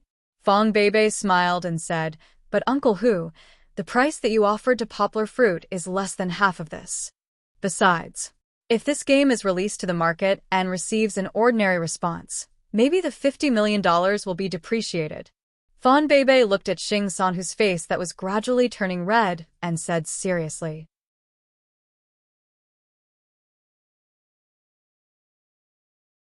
Chapter 438. Fong Beibei's long list of numbers stunned everyone. Even the smart Poplar Fruit was almost confused by Fong Beibei. 3 Tiger Xing didn't think much of it at first, but after Fong Beibei listed so many numbers, 3 Tiger Xing felt ashamed. He started to wonder if he had done something wrong. But 3 Tiger Xing couldn't find an excuse. Seeing this, Fong Beibei said softly, Uncle Hu, actually, the 20% that I mentioned isn't a lot. Don't you think so? 20% was only 6 million yuan, which was less than 1 million yuan in Mi dollars. If we spread it out, it's only $500,000 per slot. It's already a good deal. That's not how it's calculated. Three Tiger Shing's face turned red as he said weakly, if we can get the first slot and make the first game well, then when we become famous, we won't need the second slot. The second slot's value shouldn't be as high as the first slot, it should be less. Poplar Fruit thought about it. That seemed to be the case. Then, did Fong Beibei make a mistake? Uncle Hu, you only want to buy one slot? Fong Beibei was not surprised. Her expression did not change at all. She still smiled sweetly and said, if it's a quota, it's not impossible to sell it to you at the price of $50, which is the price of 10% of the shares. We don't have to pack everything up and sell it to you. It's good for us too. Think about it, Ledong managed to make the game so successful just because of one of our slots. When the time comes, do you think that no one will want our second slot? If we sell it to other game manufacturers, the price will definitely be doubled. Fong Beibei smiled. We're willing to sell both slots to you because we think that you're more sincere, so we offered a lower price. What she said made a lot of sense. Now, Yonghua had reversed the situation. He began to feel that what Fong Beibei said was right. Three Tiger Shing became listless. He said dejectedly, we also want to buy both slots. I want to use the second slot for our next game. The next game was Mercenary World. Three Tiger Shing was proud of his work. It was his dream to make it into a game himself. However, he wasn't confident enough. He was worried that he would make a fool of himself, so he wanted to borrow Blizzard's power. But 20% of the shares is really too much. Three Tiger Shing sighed. Our company is short of money. If we give out so many shares, the other shareholders will complain. Poplar Fruit poured some hot tea for Fong Beibei. She quietly took a sip and didn't say anything, allowing Three Tiger Shing to give his terms. Three Tiger Shing's mouth, then he said, we can give you 12% of the shares. At most. We can't give you more than that. Poplar Fruit wanted to persuade Fong Beibei to stop, but he held back. He was interested to see how Fong Beibei would deal with it. 18%. Fong Beibei softly said, Uncle Hu, 18% is already taking a step back. The 12% you gave is only 6 million. It's just an extra 600,000. It's too little. Three Tiger Shing said bitterly, no, we can't. The shareholders won't accept it. They're already complaining about the lack of money for dividends. We can't let them give up so many shares. If they have objections, they can give up their shares. Fong Beibei said with a smile, it's all for the development of the company. Everyone should contribute. You can't say that. Three Tiger Shing sighed. If they give up their shares, the company will collapse. I don't have the money to buy back the shares. If I sell them all to outsiders, I won't have the final say in the company. Then how about this? Fong Beibei smiled with her eyes narrowed. We'll pay. If anyone wants to give up their shares, we'll buy it. The company will still belong to you. Three Tiger Shing shook his head and said, the company can't afford this. The shareholders are important members of the company. We can't do without them. Then what do you think we should do? Fong Beibei waved her hand. Is 12% really not enough? Triple Tiger Shing asked in a pleading tone. It's too little. Fong Beibei shook her head. How about this? Fong Beibei's eyes lit up. Didn't you say that the company is short of money? We'll give you 2 million yuan, and you can give us 18%. 2 million? Yes, 2 million. Fong Beibei smiled brightly and said, 2 million can be exchanged for 67% of your company's shares. I don't want this small change. Just take it as a loss for us. I'll buy an extra 6% of your shares. This way, you can have more operating funds, and it'll be easier to explain to the shareholders. 2 million yuan. 2 million yuan was very attractive to Li Dongzhuiyue, who was at the end of their rope. With 2 million yuan, they wouldn't have to lay off workers for at least a quarter. However, 2 million yuan for 6% of the company's shares. Although 2 million yuan was definitely worth it, Three Tiger Shing wasn't a short-sighted person. He knew that if Le Dongzhuiyue became popular in the future, 6% of the company's shares would be worth more than 2 million yuan. 3 Tiger Xing gritted his teeth and said, 2 million yuan isn't enough. If you can increase it to 4 million yuan, I'll make the decision to increase it to 18%. Uncle Hu, you're not being honest. Fong Beibei smiled. I said 2 million yuan is already a loss for us. Plus, it's to support the company's operations. You're good. You're doubling it. That's not how business works. Fong Beibei's voice was as gentle as water. However, 3 Tiger Xing was still embarrassed by Fong Beibei's words. In the air-conditioned room, his bald head was sweating. However, Fong Beibei didn't let his conscience continue to blame him. She smiled and said, of course, 4 million yuan isn't out of the question. As long as you can accept 20% of the company's shares, we can give you 4 million yuan. She even reminded him kindly, Uncle Hu, 2% of your company's shares is only worth 600,000 yuan. We'll exchange it for 2 million yuan. You're really making a lot of money. 3 Tiger Xing was dizzy from Fong Beibei's words. He felt that he had made a lot of money. He didn't hesitate anymore. He raised his teacup and said, okay, 20% it is. Deal. Miss Fong can take a step back. If 3 Tiger Xing, don't take a step back, I'll laugh at myself.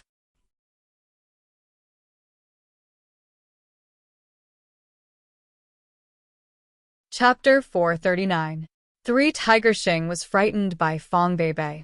He didn't dare to drag things out. He was worried that Fong Beibei would give him a bunch of numbers and increase the price again. After the two sides agreed to the deal, 3 Tiger Xing took the opportunity to run out and find a printing shop to sign the contract. There were 3 copies of the contract. 1 copy was for Poplar Fruit, 1 copy was for the company, and 1 copy was for the finance department. 3 Tiger Xing filled in the conditions of both sides and handed it to Poplar Fruit. Poplar Fruit still knew about contracts. When he was working in a foreign trade company, he had a lot of opportunities to help draft contracts. He also took the opportunity to learn a lot. He had a good understanding of Chinese and foreign contracts. So when he was at Blizzard, he didn't need to hire a lawyer to read the contract himself. Of course, this was also because of his trust in Alan. Poplar Fruit looked at the contract.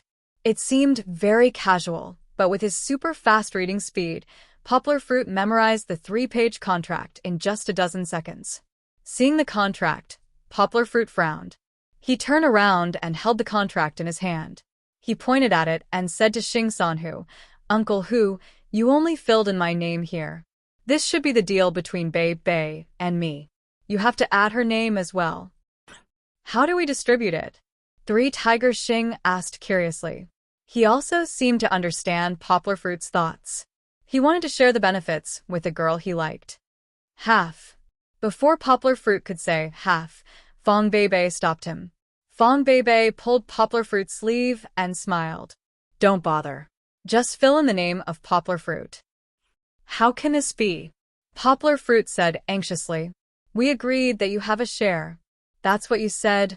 I didn't agree. Fong Beibei mischievously winked at Poplar Fruit. At this time, Kiki, who was sitting between the two of them, saw this. She was so happy that she giggled and even clapped her hands. No one knew what she was thinking of that made her so happy. Uncle Hu, wait a moment. Poplar Fruit pulled Fong Beibei's hand and said, Come out for a moment. This was a private matter between the two of them.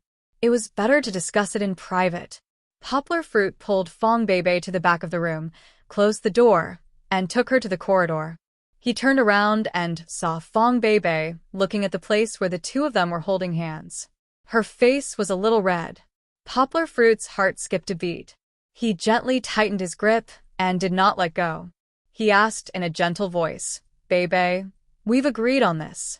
We both have a share in these 2 places. The benefits should be split evenly between you and me. Fong Beibei tried to break free, but Poplar Fruit was thick-skinned and did not let go. She could only pretend as if nothing had happened and said, Aya, it's too troublesome. Forget it. Just write your name. What did you say? Poplar Fruit said reproachfully. How is it troublesome? It's just changing the contract. After we sign it, it'll be fine. If you think the follow-up procedures are too troublesome, I'll take care of it for you. Half of it is worth a lot of money. You're all about money. Fong Bebe said angrily. There's more money and less money now. What's the point? You and I both have so much money. You can't say it like that. The ownership of the benefits should be divided clearly. Poplar Fruit advised earnestly. Don't tell me that you're trying to figure out who's going to pay who? Fong Bebe asked. How can that be? Of course, the money should be paid by the man. Poplar Fruit said, patting his chest. Fong Bebe's face turned red again. She said, Whose man are you? A male chauvinist. Poplar Fruit touched his head with his free hand and smiled foolishly. Hee, I'm just saying. Fong Bebe did not hesitate. She looked into Poplar Fruit's eyes and asked seriously, Then let me ask you, is there a difference between giving it to you and giving it to me? Fong Bebe's question made Poplar Fruit's pupils dilate and his heart beat faster. However, Fong Bebe was not done yet. She said, Is what's written in the contract important? Don't tell me that if it's written in the contract, you won't share it with me in the future? Poplar Fruit immediately raised 3 fingers with his free hand and swore, Of course, I'll share it. After that, he felt that the word share was not used well, so he added, I'll share it with you. Then it settled. Fong Bebe said, The result is the same. Don't make it so troublesome. Poplar Fruit hesitated for a moment and said, But we're not in that kind of relationship now. Aren't you afraid that I'll make money and run away? What are you afraid of? Fong Bebe pulled her hand back and put it on her waist. She looked at Poplar Fruit with a smile, showing 8 teeth. It was very strange. Run away. I won't stop you. Poplar Fruit laughed dryly. He moved closer to Fong Bebe and said, How can I run away? How can I bear to run away? Fong Bebe put her hand on Poplar Fruit's chest. She leaned back against the wall and looked into Poplar Fruit's eyes without flinching. She said, I know what you mean. We're really not in a relationship now. Her words made Poplar Fruit's heart ache, but he did not show it on his face. Instead, he listened quietly. You're doing this for my own good. I know, but there's really no need to do this. Fong Bebe smiled slightly, as if she was talking about something that had nothing to do with her. If you betray and leave because of money, then I can see you clearly. Isn't it just money? It's better to buy a lesson than to be heartbroken in the future. Seeing Fong Bebe pretending to not care at all, Poplar Fruit's heart ached. Poplar Fruit opened his mouth and wanted to say a few words of comfort. But just as his mouth moved, it was blocked by Fong Bebe. Cough, not with the mouth. Please don't misunderstand. Fong Bebe pressed a finger on Poplar Fruit's lips. She shook her head and signaled Poplar Fruit not to interrupt. Almost in the blink of an eye, Fong Bebe puffed out her bulging chest and put on a confident expression. She looked deeply into Poplar Fruit's eyes and said word by word, If you don't run away, and we have a future. She paused for a moment, and a trace of a smile appeared in the corner of her eyes. She then continued, Isn't what's yours also mine? What do you think? Domineering. Too domineering. But I like it. Poplar Fruit's mind was occupied by Fong Bebe. There was actually such a cute girl in the world. Poplar Fruit felt that he couldn't help but kiss Fong Bebe's soft and moist lips. Unfortunately, his mouth was covered by Fong Bebe and he couldn't move. However, Poplar Fruit's eyes were too naked. It was as if 2 big hearts were about to jump out. Fong Bebe, who was a little domineering just now, couldn't resist Poplar Fruit's attack. Her cheeks were stained with a red glow like the sunset.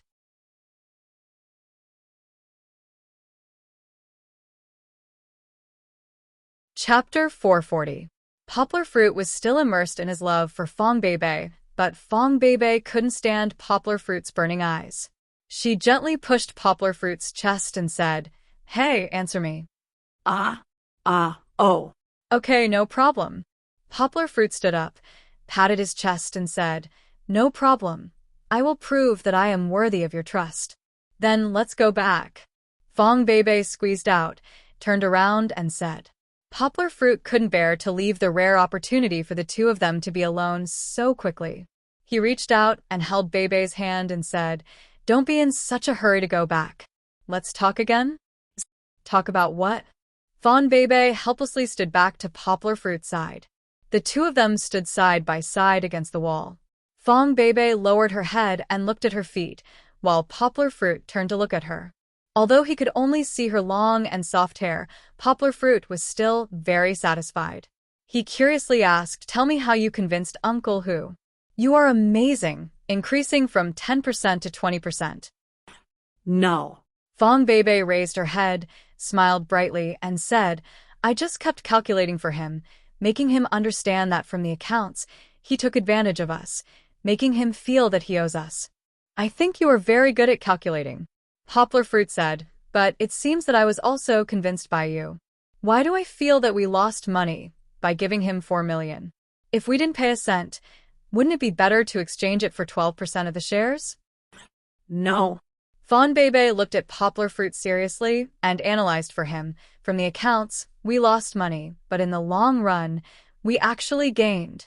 When I told Uncle Hu, I actually secretly changed the concept." Fong Bebe's face bloomed with a bright smile, a little proud. "I calculated for him the money in front of him. Once he wants to talk about his vision for the future, I will lead him back to the topic." "You think this company will make money in the future?" Poplar Fruit asked strangely. "Isn't this the first time you heard of this company?" "Do you know Rovio?" Fong Bebe asked. "I don't know, but hearing English words from your mouth, I want to laugh." Poplar Fruit's face couldn't help but smile. Fong Bebe pinched Poplar Fruit and said, "Let's get back to the topic. This is a foreign game company. This is a foreign game company. You must have played their Angry Birds, right?" Poplar Fruit nodded. This game was popular all over the world. How could he not have played it? "I've seen the history of this company. When the game was being developed, they were so poor that they almost sold their pants. At that time, the core team only had 4 people. Fong Bebe smiled. "But now, because of an Angry Birds, they rose up. I heard that the market value is over 100 million. Meet Jean." "That's amazing." Poplar Fruit nodded and said. "So, companies that make mobile games have a bright future, and it's rare that a company that made a game that was recognized by Blizzard," Fong Bebe said with certainty. "I don't dare to ask for too much. Just 1/10 of Rovio's will be enough for us." "I didn't expect you to be a little money grubber." Poplar Fruit joked. "You told me before that if you're afraid of money, you'll become bads." Fawn Bebe's expression darkened. She shook her head and recovered her smile. She twisted Poplar Fruit's waist muscles and said angrily, "I want to help you make money, and you're saying that I'm wrong, right?" No, I definitely didn't mean that." Poplar Fruit raised his hands and smiled apologetically. Although Fong Bebe twisted his waist, Poplar Fruit still enjoyed the process. "Oh, right." Poplar Fruit suddenly thought of something. He asked, "Bebe, do you have a passport? Take advantage of the holidays. Go and get a visa to France." Why? Fong Bebe asked, puzzled. "Next semester, let's go to France together," Poplar Fruit said with a smile. He had already considered this matter when he made the promise to the French major class. He thought that he and Kiki would be going to France for about a month, so he might as well ask Fong Bebe to go with him. It just so happened that it was the National Day Golden Week. However, after seeing Fong Bebe being confessed to, he threw this idea to the back of his mind. "What's wrong? Why do you suddenly want to travel abroad?" Fong Bebe looked at him strangely. Poplar Fruit told her about his relationship with Givenchy and the fact that he was going to be a guest model at the Bali Fashion Week. "Model?" Fong Bebe looked at him strangely. She patted Poplar Fruit and said, "Stand up straight." Poplar Fruit obeyed and stood in the middle of the aisle with his head held high and his chest puffed out. Then Fong Bebe muttered, "I'd like to see why Givenchy asked you to be his model." She walked around Poplar Fruit a few times. Poplar Fruit was a little uncomfortable under her gaze. Fong Bebe finally stopped and patted Poplar Fruit's shoulder. "Uncle, I didn't expect you to be so good. Are you going to enter the entertainment industry from now on?" Poplar Fruit felt that Fong Beibei's words were a little strange. He couldn't stand it anymore. He turned around and said, "No, I'm just doing a small favor for a friend. Don't you like it? Don't worry, I won't do it again." "I didn't say that. You can do whatever you want." Fong Beibei lowered her head and twisted her toes on the ground. "I just don't want to be famous and suddenly run away." Poplar Fruit shook his head hard and said, "Famous? I'm just a scholar. When I come back from helping you, I'll stay at school to accompany you." "Who wants you to accompany me?" Fong Beibei raised her head and looked at Poplar Fruit and pouted. Go. Poplar Fruit pushed Fong Beibei and said, "Come to Bali with me, okay? Let's go and have fun together. Just treat it as a vacation." Fong Beibei shook her head and said, "No, I can't. Next semester, I have a competition to participate in, and I have to go abroad. There's a conflict of time." "What competition? Where is it?" Poplar Fruit asked curiously. "Why haven't I heard you mention it before?" "It's during this holiday. My tutor added me at the last minute." Fong Beibei said, "I forgot the English name of the competition. When translated, it's called the International Mathematical Modeling Competition. It's actually organized by America. I have to go to Texas with my school's team to participate." "What about the time?" The name of the competition sounded difficult. For Poplar Fruit, who was a liberal arts student, he was even more confused. However, he still did not give up and asked. "It's October." Fong Beibei said, "October 6th, inconsistent with reality, don't look into it. Although it's a little different, I have to go to America with the team." Poplar Fruit scratched his head and sighed. He said, "What a coincidence." Fong Beibei looked at Poplar Fruit apologetically and said, "I'm sorry, I didn't think of it."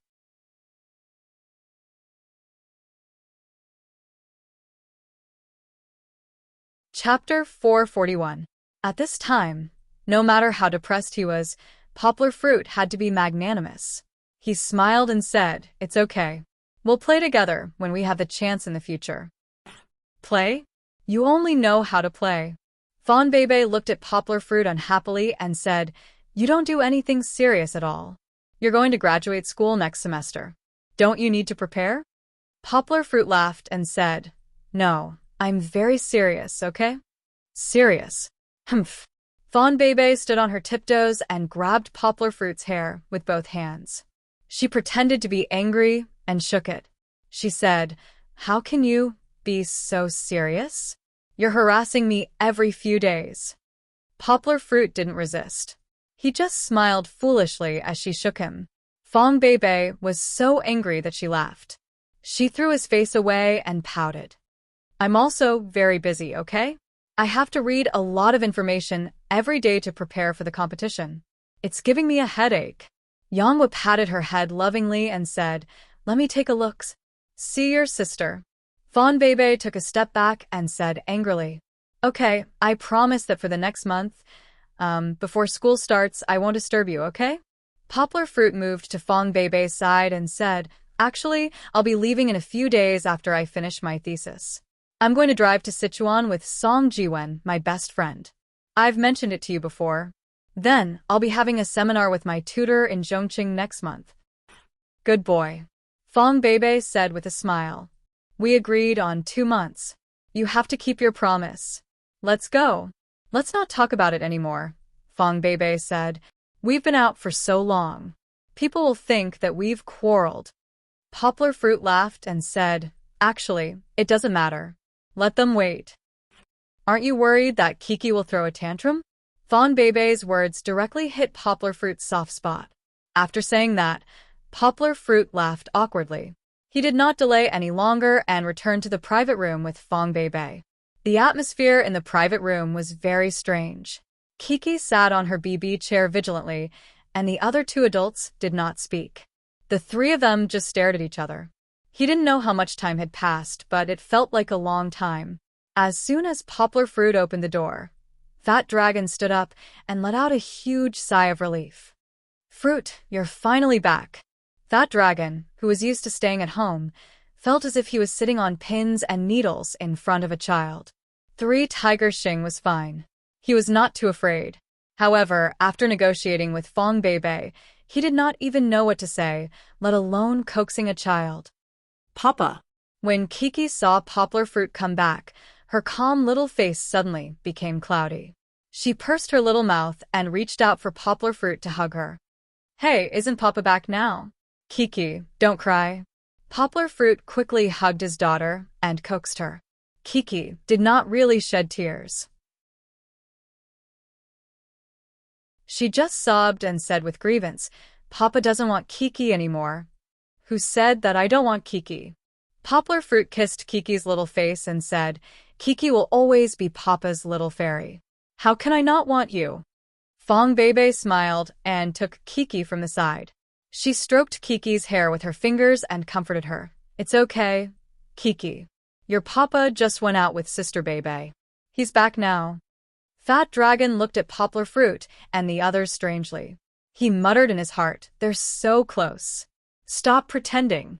After Kiki calmed down, Three Tiger Xing asked carefully, Poplar Fruit, what's the result of your discussion? Do you want me to revise the contract? Poplar Fruit smiled and said, No, we've discussed it. Just write my name. Okay.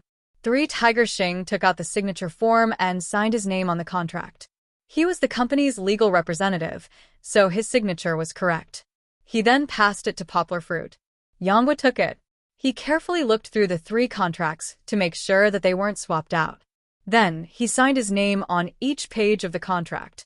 Three Tiger Xing carefully put away the 2 contracts as if they were rare treasures.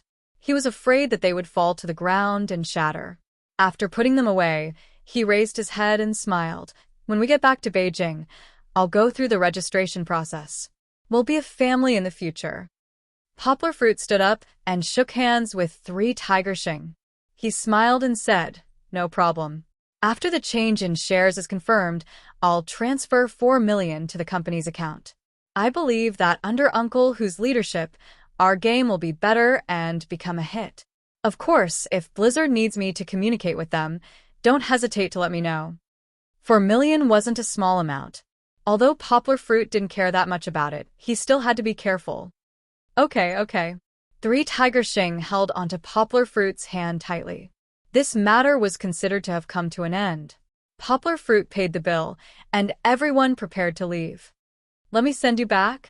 Poplar Fruit asked Fong Beibei politely. No need. I didn't want my parents to find out, so I snuck out. Fong Beibei said, I'm really going to my friend's house to play. Otherwise, I'll be exposed if they ask.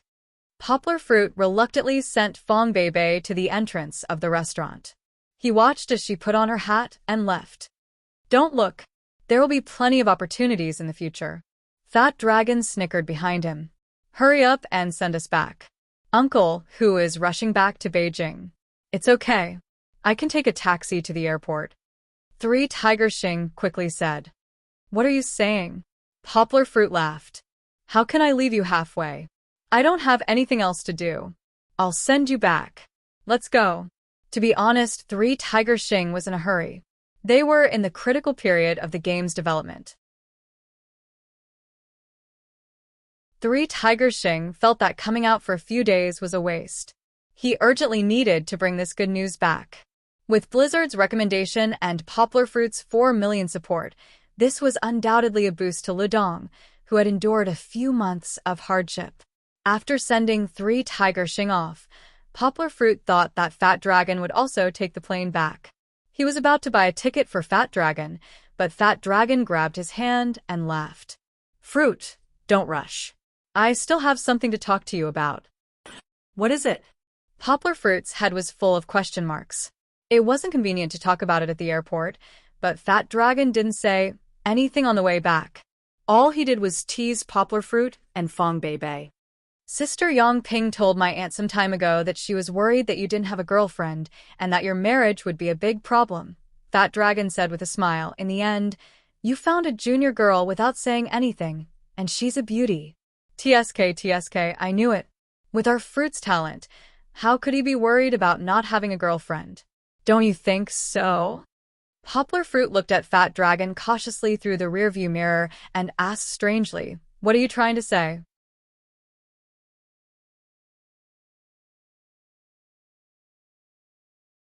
Chapter 442. What I want to say is, fruit, invest some money in me. Fat Dragon said with a smile. Invest money in you? Poplar Fruit asked casually as he drove. Suddenly, he raised his voice. Fat Dragon, are you threatening me with my girlfriend? No way. Fat Dragon denied. Why would I? With our relationship, do I need to threaten you? Fruit, right? Based on our relationship, you will invest in me, right? As he spoke, he nervously touched his round head, wanting to laugh at the same time. Poplar Fruit was amused by this guy. He gritted his teeth and said, Yes, I will invest in you. Even if you don't threaten me, I will invest in you. If you threaten me, I will invest in you even more. Fat Dragon laughed. He sat in the back seat. Kiki looked at him and suddenly shouted, Papa, Papa, Uncle Fat is Big Bad Wolf. Big bad guy. Isn't he? Don't all the big bad guys in cartoons and movies laugh like this? Why don't you ask my sister for investment? Poplar Fruit asked strangely. Brother Chongguan is now a millionaire. You have such a good relationship with my sister. Why don't you ask her for money? Then, you don't know Sister Yang Ping. Fat Dragon complained. Sister Yang Ping has made money, but she is too conservative. It's okay to ask for some pocket money, but if I ask her for millions, she will kill me. Millions? Poplar Fruit exclaimed. No wonder she didn't give it to you. If she gave you 1 million, the factory's working capital would be empty. What do you need so much money for? Fat Dragon started his own small company. Poplar Fruit heard from Yang Ping that its total assets were less than 200,000. If he stuffed himself with money, he wouldn't be able to digest 1 million in a year. It's not like that. Fat Dragon stuttered for a long time before saying, This matter is very complicated. Let me tell you in detail. It was indeed very complicated. Poplar Fruit drove for another 10 minutes before returning to the neighborhood. He led Fat Dragon back to his place to continue the story. However, Fat Dragon was still not done talking. Ignoring the long history of their relationship and the twists and turns in the development of their relationship, to put it simply, Fatty Dragon had a good relationship with a group of computer experts both in China and abroad. These guys were preparing to get together and set up a studio. Using their understanding of the internet, they were also going to create mobile games. Poplar Fruit knew that although Fat Dragon's education was not high, he had learned a lot of coding in English. His English was barely at the level of a level 6 college student. It was not a problem for him to send emails and chat with foreign friends. However, he didn't expect that Fat Dragon had met so many computer experts from all over the world in his more than 10 years of hacking. Of course, they were more conscientious hackers and had not made any big mistakes. Speaking of which, these experts were also too conscientious. Although their abilities were outstanding, they had not made much money for so many years. Among this group of experts, most of them were from poor countries in Southeast Asia. Now that they were getting older, they began to face the pressure of life. Money had indeed become a problem. In the past, Fat Dragon could still help them, but it would not be a problem if it continued like this. Therefore, they decided to join forces and start a business. Now, the mobile game market was the most popular. They were usually otakus who loved to play games and code. They all decided to step into this industry. Since they wanted to join forces to start a business, they had to set up a company to make profits. If not, it would be good to set up a studio. Fat Dragon, who is the most popular and currently the most rich, was elected to be the CEO. Your company hasn't even been registered, but you have already assigned titles. Poplar Fruit laughed. He poured a glass of water for Fat Dragon. Fat Dragon's mouth was dry from talking, so he quickly drank it in one gulp. He said, The company hasn't been registered. That means there is no money. With money, everything will be easy. What do you plan to do after registering the company? Summon all of your multinational coalition forces to China? Poplar Fruit asked with a smile. No, operations and finance are recruiting people in China. Our core team's work is flexible. They can do it on their home computers. If we call them over, they won't do it. Fat Dragon explained. If they were willing to work from 9 to 6, how could this group of experts not be able to find a job? Then why would they need to set up a company? If they were to enter any IT company, the bosses would clap their hands and welcome them. I'm curious. How many people do you have in your team? Poplar Fruit asked. There are 2 in Melrose. They are brothers. There are 3 in Indy, but I don't know any of them. There is 1 in Vietnam. This brother is called Dong Nguyen. He is very talented in games. When he was in school, he won a lot of awards. Now he has a studio called Gear, but he also agreed to join us. There are also a few from South America. Fat Dragon said, Oh yeah, there are 3 other people in our country other than me. We gather once a year. Dong Nguyen's. Poplar Fruit laughed. You can pronounce this name in Vietnamese very accurately. Fat Dragon said in surprise, Fruit, this Wandonga taught me for a long time before I learned it. How did you imitate it so well? Haha, I know Vietnamese. Oh yeah, is it enough to make a game with just a dozen people? That was just a small interlude. Poplar Fruit continued to ask curiously. We don't plan to make a big game. We plan to make some small games like an arcade. I've seen it before. This type of small game is also very popular in mobile games. Our game can satisfy people's needs to kill time. It won't be a problem to sell. Fat Dragon said. Of course, the money won't be as profitable as Uncle who's big online games. His game is very profitable. Our main goal is to make it free, and then we will make money through advertising. Fat Dragon explained. I don't know much about games. Poplar Fruit shook his head. But you have to support us. Fat Dragon was anxious. He said, They are placing their hopes on me, and I can only ask for your help. It's rare for everyone to gather together. If I don't pay enough to start a company, everyone will have to go their separate ways. I didn't say I won't support you. Poplar Fruit laughed. You want to start a business. How can I not support you as a brother? What kind of support do you want? Do you also want that recommendation? You should have told me earlier. It's already been sold to Uncle who. There's no need for a recommendation. We're just a small mobile game. There's no need to waste it. Fat Dragon was energized. He counted with his fingers and said to Poplar Fruit, Invest $1 million for us, and we'll give you 49% of the shares. Of course, these shares only give you the right to receive dividends. So much? Poplar Fruit exclaimed. I mean, you're giving me so many shares? Poplar Fruit asked in shock. This $1 million in exchange for 49% of the shares. Previously, Poplar Fruit had to fork out $4 million in exchange for 20% of Le Dongjui's shares.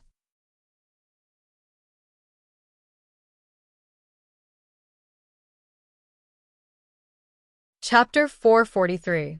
Fat Dragon left happily. He had received the startup capital from Poplar Fruit. Poplar Fruit was still the same as before. He was very generous to his relatives.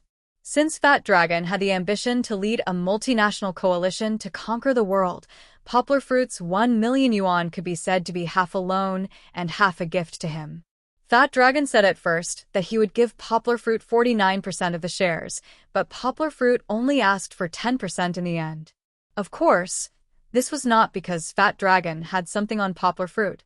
Poplar Fruit was very happy with Fat Dragon's attitude.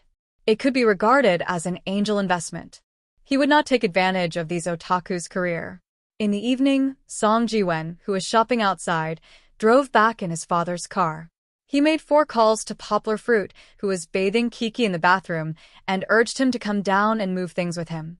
Fortunately, Poplar Fruit did not take a bath himself. After moving things 2 or 3 times, he was sweating. All the supplies were piled up in Song Jiwen's house. Poplar Fruit had to keep the living room clean. That was Kiki's playground. Song Jiwen did not care. After work, he hid in the bedroom to play computer games. Who would watch TV in the living room now? Kiki would, but today she was attracted by the piled-up supplies. She thought it was a gift. She screamed as she entered the door and rushed to the hill. Poplar Fruit quickly grabbed Kiki. The little girl had just taken a bath. If she got dust, he would have to wash her again later. Kiki turned her head and asked happily, Papa, Papa, is it for Kiki? Yes, yes, Kiki also has a share. Poplar Fruit laughed. If he did not say so, Kiki would not give up. What did you buy? How can you put so much in the car? Poplar Fruit was speechless. Song Jiwen spent at least 4 figures today. Was he going to move the supermarket home? Why can't I put it down? Song Jiwen laughed and said, I've observed that the space in the back of your car is very large. It's more than enough to put these things in. I'll buy some more later and tie a rope to the roof. Pretend. Poplar Fruit wanted to say pretend, but in front of Kiki, he did not dare to swear. He had to hold it back. He said helplessly, Roof? What are you thinking? It's so ugly. We're going to travel, not deliver goods. But what I bought is very useful. Song Jiwen said, Look, food. You like spicy strips? Kiki likes milk powder, potato chips, and so on. Even if we get lost in the wild, these food can support us for 3 days. First of all, Poplar Fruit raised his index finger and said, I don't like spicy strips. When did you see me eat spicy strips? Is that so? Song Jiwen laughed twice, threw the box of spicy strips aside, and said, Well, I don't know why it came in. Second. Poplar Fruit raised his second finger and said, We won't get lost in the wild, because we're not going to camp in the wild. We'll only follow the GPS, and we'll take the highway or national road. Lastly, and most importantly, why do we need to bring snacks? Poplar Fruit rolled his eyes and said, If you want to eat, just bring 1 or 2 bags. You have money, and you can just buy it on the road when you're short. Why bring so many snacks on the road? Well, if you don't want snacks, then don't. Song Jiwen used his hands and feet to clear out the snacks. Suddenly, the small mountain shrank by half. What about this? Song Jiwen said, pointing to 3 bulging things tied with cloth belts, 2 big and 1 small. What's here? Poplar Fruit asked Song Jiwen to open one. Sleeping bag. This is for Kiki. Song Jiwen opened the small one and spread it out. Poplar Fruit touched it. It was very soft and smooth. It was a hollow cotton sleeping bag, a very light kind. Kiki also curiously touched it, but was quickly pulled away by Poplar Fruit. My friend who likes the outdoors recommended it. The quality is definitely good. Song Jiwen said, but you said that we don't need this sleeping bag if we don't go to the wild, right? Poplar Fruit lifted the big sleeping bag and felt that it was less than half a kilo. He shook his head and said, Yes, keep it. It's not heavy and doesn't take up much space. If you don't like the bed in the hotel, this might come in handy. Okay. Song Jiwen's purchase was finally accepted. He happily refolded the small sleeping bag and put it aside. Emergency medical kit. Song Jiwen pulled over the small box with a white cross mark, opened it, and then took out a piece of paper and read, Gastric pacification, gastric reflux, diarrhea, Assimilin, Kayun Baiyao, Band-Aid. You don't have to read it. Take this with you. It's very useful. Poplar Fruit laughed. But there's nothing suitable for Kiki. It's okay, I'll buy it myself tomorrow. Multifunctional Swiss Army knife, compass, flashlight. Song Jiwen picked out some small outdoor necessities from the supplies. They're all very useful. Poplar Fruit nodded and said, These don't take up much space. Pack them up. Song Jiwen stuffed these scattered items into a small bag. Poplar Fruit nodded. These were all recommended by Song Jiwen's friends. There were also many strange supplies that Song Jiwen bought on his own initiative, such as anti-pervert stun batons, folding canvas stools for fishing, and so on. Poplar Fruit had no choice but to ask Song Jiwen to return them the next day. Yes, what's the use of an electric stun baton if you want to prevent perverts? Could it be that when traveling normally, especially in my great celestial empire, we still need to be afraid of bandits halfway? Even if there are robbers, Poplar Fruit is an expert. It's more useful than an electric stun baton. Oh, right. After sorting out the supplies, Poplar Fruit asked, Mosquito, do you know how to get a passport to the United States? Get what? Song Jiwen didn't react for a while. Why are you going to the United States? You're wrong. Aren't you going to France? Someone helped me get the French visa done a long time ago. Poplar Fruit scratched his head. His 2 visas were done by someone directly, so he still didn't know anything. I want to go to the United States in October. Poplar Fruit blushed and explained to Song Jiwen about Fong Beibei's competition in the United States.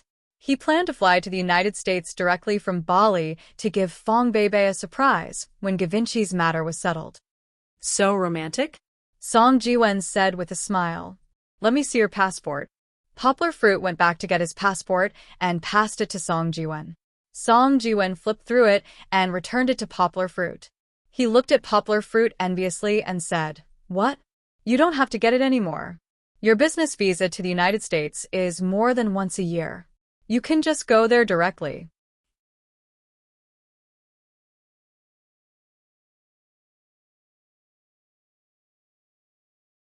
Chapter 444. On Sunday, Poplar Fruit stayed at home to figure out how to write his thesis. Of course, after meeting the dean, Poplar Fruit did not stay idle for the next 2 days. In the dead of the night, he had already finished reading the materials given by the dean. An academic thesis had more words than a master's thesis. Of course, the master's thesis here was the bachelor's thesis that Poplar Fruit wrote before. That only required 3,000 to 4,000 words. Compared to a doctoral thesis that could easily be tens of thousands of words long, Poplar Fruit's academic thesis of 8,000 words was much less. Less words did not mean it was easy to write. If the number of words was too small, the author would have to have a strong academic foundation. They would have to cut out the nonsense and concentrate on the essence. Otherwise, how could a short 8,000 words be enough to contain the content they wanted to express? Poplar Fruit felt that if he just wrote the content that he dictated to the dean that day, it would be more than 30,000 words. How to cut it down was a problem. There was also the structure. The structure of the thesis required even more rigor. Poplar Fruit's own materials were written by his heart. There was no framework at all. He had to reorganize all the materials before he could start writing. Of course, before that, Poplar Fruit had to further improve his translation theory. This thesis was going to be published and would be scrutinized by all the scholars in China who studied linguistics. Poplar Fruit could not be careless. He had to carefully think about it and try his best to make no logical mistakes. Therefore, on this day, he went into the study room and used the computer to search for ancient Sanskrit and Dravidian bilingual research materials on the internet. He then stuffed all the materials into his memory. He did not know if it would be useful, but Poplar Fruit was sure that he would be able to find what he needed.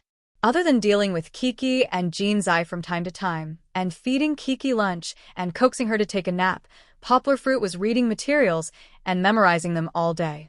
It was not until evening that he walked out of the study room dizzily. Poplar Fruit stretched his body.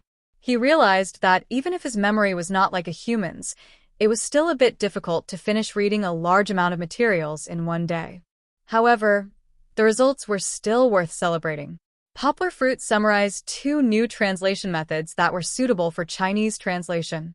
He also found a way to solve the loopholes in the previous theory. Poplar Fruit pinched his fingers. He estimated that he would be able to sort out the theory by tomorrow. Then, the day after tomorrow, he would reorganize the thesis framework and draft. The day after tomorrow, he would be able to write the thesis in half a day. Finally, only the dean's revision and his own final corrections. There was no need to wait until Friday. Yangguo was confident that she could complete the task on Thursday. At night, after Yangguo gave Chi-Chi a bath, she took out an hour to accompany Chi-Chi on the sofa to watch cartoons. Although Yangguo still felt that it was very childish, in order to accompany her daughter, she calmed down. Seeing his daughter so excited, Poplar Fruit felt that it was all worth it. Kiki was indeed very excited. She stared at the computer screen the whole time and explained to her father in an excited tone, "Pleasant Goat is very powerful, very powerful. He saves everyone, every time. Lazy Goat likes to eat and sleep." Kiki giggled. Uncle Mosquito also likes to eat and sleep. Grey Wolf likes to say, "I will definitely come back for revenge." Chi-Chi pointed at Big Wolf, who was sent flying, and imitated Big Wolf's tone in the cartoon as she imitated him in a childish voice. She imitated it quite well. Poplar Fruit could not help but laugh. While the plot at the beginning of the new episode was relatively calm, Poplar Fruit combed Kiki's hair and asked, Kiki, after watching so many episodes, which sheep do you like the most? Kiki likes beautiful goat the most.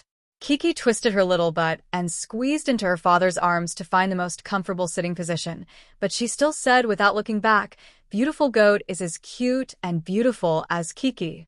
Haha. Poplar Fruit was amused and laughed heartily. He gently patted the narcissistic little girl's head and said, "Yes, our Kiki is so cute and beautiful." At this time, Song Jiwen, who had gone shopping again, pushed the door open and came in. Lazy Goat is here. Poplar Fruit gently patted Kiki to signal her. Chi-Chi finally reluctantly moved her gaze away from the computer screen. She turned her head to look at Uncle Mosquito and suddenly burst into laughter with her father. Song Jiwen had just come in. He didn't know what Poplar Fruit and the others were laughing about. He thought that he had worn the wrong clothes or had something strange on him, so he lowered his head and searched for it for a long time. "What are you laughing about?" Song Jiwen finally sat down on the sofa innocently and asked.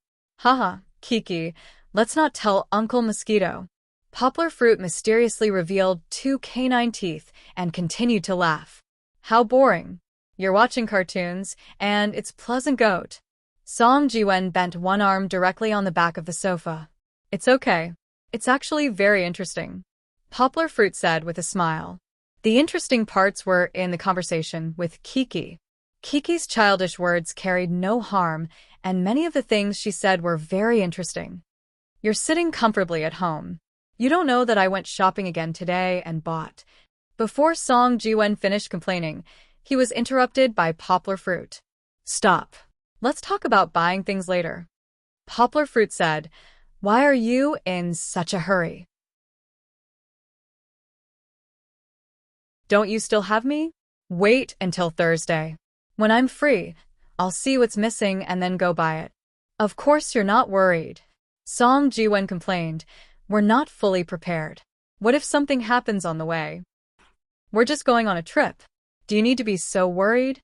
Now you can find hotels and service stations everywhere. If there's any problem, you can solve it on the way. Don't worry, don't worry." Poplar Fruit smiled and waved his hand. "Okay." Song Jiwen helplessly shook his head and said, "I'm going back to watch the movie. I'll look at the route tomorrow at work." Go, go. Don't get in the way of us watching Pleasant Goat." Poplar Fruit smiled and pushed him. In fact, Song Jiwen only got in the way of Poplar Fruit and Kiki's conversation. Kiki herself was not affected at all. This little fellow, once she watched TV, she would be 100% engrossed in it. Her ears would not listen to what was going on outside. Even if Song Jiwen spoke into her ear, she would not hear him. That's right. Poplar Fruit found another Kiki who inherited his talent multitasking. As long as Kiki was willing, she could split her attention to watch TV and chat with her father. Although she was not as abnormal as Poplar Fruit, he could do other things while dividing a region in his mind for translation. It still made Poplar Fruit very happy. "This is my daughter." Poplar Fruit proudly touched Kiki's soft hair and thought.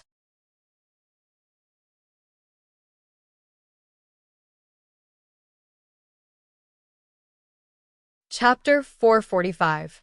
It was late at night. Poplar Fruit coaxed Kiki, who had finished watching the cartoon, to sleep. Then he was reading in the living room. Suddenly, with a bang, the door of his house was knocked open. Song Jiwen's excited voice came in. "Lao Gua, Lao Gua." "Shh." Poplar Fruit jumped up from the sofa and glared at Song Jiwen. He lowered his voice and said, "Why are you shouting so loudly in the middle of the night? Kiki is asleep." "I was wrong." Song Jiwen shrunk his head. He lowered his voice and asked, "Let's talk at my place?" Poplar Fruit nodded, followed him out, and closed the door. When they arrived at Song Jiwen's house, Poplar Fruit's voice returned to normal. "What's wrong? What's making you so excited? Didn't you go to Beijing to shoot a movie?" Song Jiwen asked excitedly. "What's the name of it again?" "It's not a movie, it's a micro-movie." Poplar Fruit corrected him. "It's called Unexpectedly." "What's wrong?" "Look." Song Jiwen chuckled. He opened the laptop he had been holding and pointed at the screen for Poplar Fruit to see. "See if this is it." Poplar Fruit looked down. It was true. Song Ji-wen's computer screen was open to Yuda's webpage. On the homepage was the cover of the micro-movie Unexpectedly, Wang Dachui's Transmigration. Poplar Fruit had not seen this cover when he was in Beijing. However, Poplar Fruit recognized Baika's classic silly expression at a glance. The cover was newly made. It was unknown whether it was res hot or copied from the movie. In any case, the main actors appeared in this small picture. Poplar Fruit not only saw the bald beggar wearing a kasaya, but also the pig-nosed Chaein-juan. This was a blockbuster. Poplar Fruit was also very excited.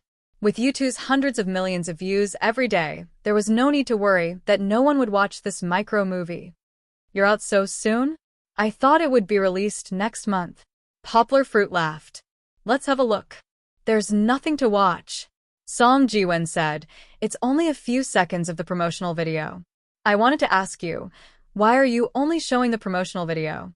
What a scam. I knew it. Poplar Fruit laughed.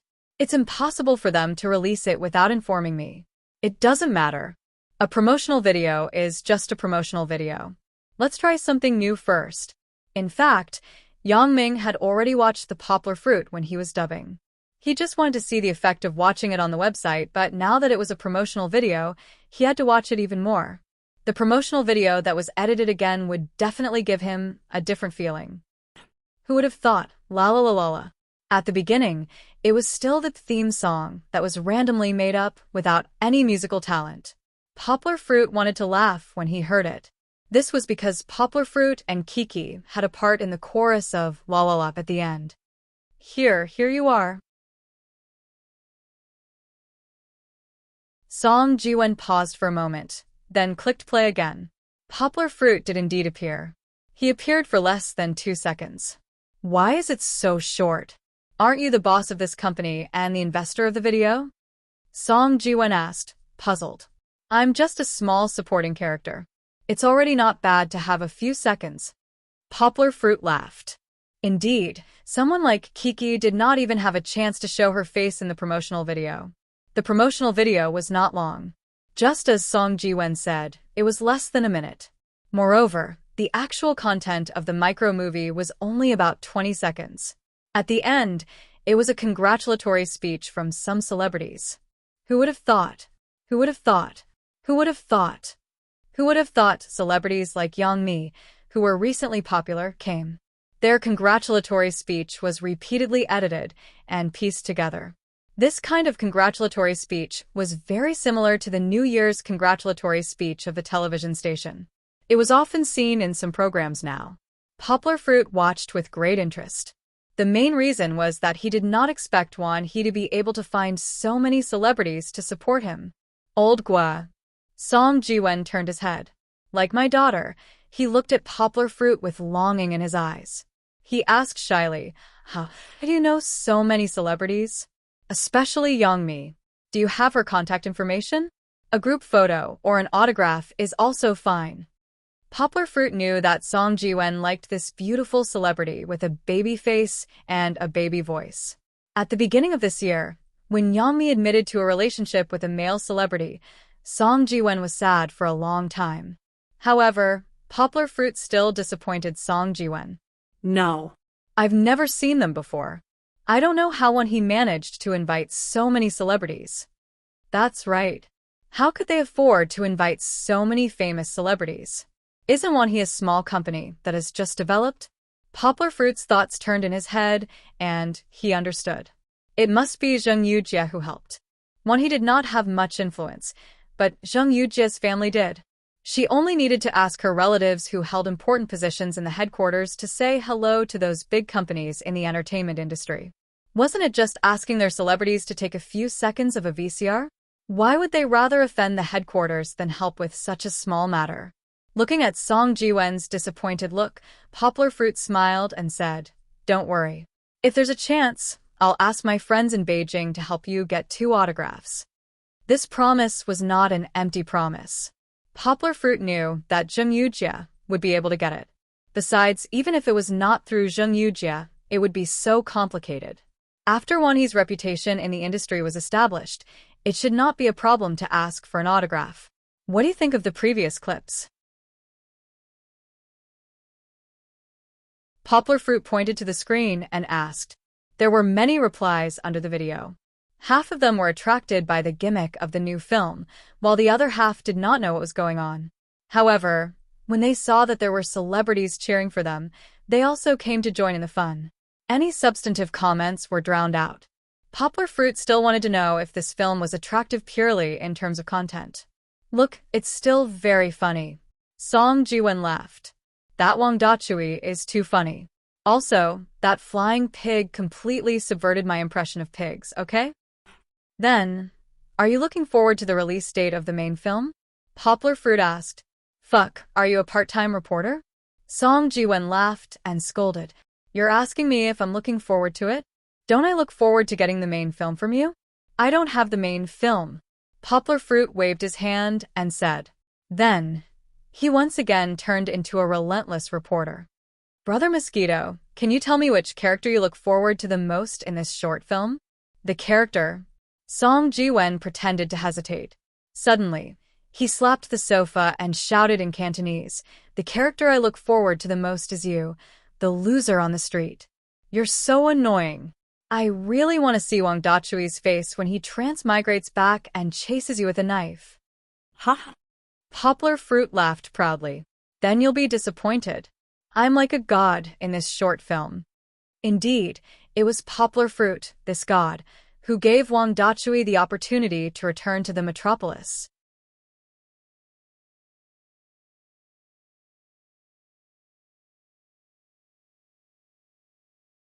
Chapter 446. Wanni's people did not plan on leaving Poplar Fruit behind. The day after the promotion was released, Wan He personally called Poplar Fruit to inform him of the time and location of the micro-movie press conference. Speaking of which, with Poplar Fruit and Zheng Yujia's investment, Wan He seemed to have become more ambitious. It was just a small micro-movie. Not only did they have to promote it, but they also had to do a press conference like a premiere. What was more, when Poplar Fruit was writing his thesis, he even saw a video of Bai Ke and the others participating in an interview on YouTube's website. Although these talk shows weren't on a large scale yet and were basically just small talks, Yangguo was still dumbfounded when she saw the series of actions. What micro-movie? This was a slightly smaller version of a movie promotion, okay? As for the press conference, after Poplar Fruit and Zheng Yujie received the invitation, they said that they would not attend. Zheng Yujie felt that the event was too small and there was no need for her to show up. Poplar Fruit had no intention of going at all. First of all, the press conference conflicted with his and Song Ji-wen's travel plans. Second of all, even if there was no conflict, he did not plan on flying thousands of miles to Beijing to attend a press conference for a movie that he was just a bystander. Poplar Fruit had been busy writing his thesis for the past few days. Other than exercising and buying groceries, he did not leave the house. Even when Yedong Zhuiyue in Beijing confirmed the transfer of shares for him, Poplar Fruit directly transferred the money to Xing Sanhu and the others through online banking. Of course, these few days were not all boring. Something happened that made Poplar Fruit think deeply. It was Wednesday evening. Because he had already finished writing his thesis and sent it to the director at noon, Poplar Fruit ate early and took Kiki and Jeansy out for a walk. The summer days were long, and the afterglow dyed half the sky red. The edges of the sawed-open clouds seemed to be inlaid with brilliant golden light. It was rare to see such a beautiful evening, so Poplar Fruit didn't limit himself to their neighborhood. With Kiki in one hand and Gold's leash in the other, he went for a walk in the park outside the neighborhood. Yanjiang Park was open to the public. At this time, there were many old men and young people taking a stroll in the park. Fortunately, the park was long and narrow, and there were no aunties dancing in the square. Similarly, there were many salesmen handing out flyers by the roadside. Speaking of flyers, when he was a sophomore, Poplar Fruit and his classmates had sent flyers to the exhibition hall of the Guangdong Trade Fair. At that time, Poplar Fruit's grades were average, and he had not reached the level of being a vendor. He had experienced it, so he knew the bitterness of sending flyers. When he met people, he had to nod his head and bow. Sometimes, when he couldn't send it out, he had to endure the supercilious looks of others. It wasn't easy to earn 100 yuan a day's work.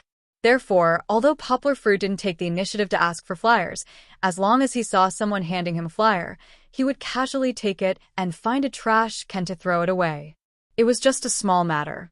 If he could help, Yangguo would not slack off.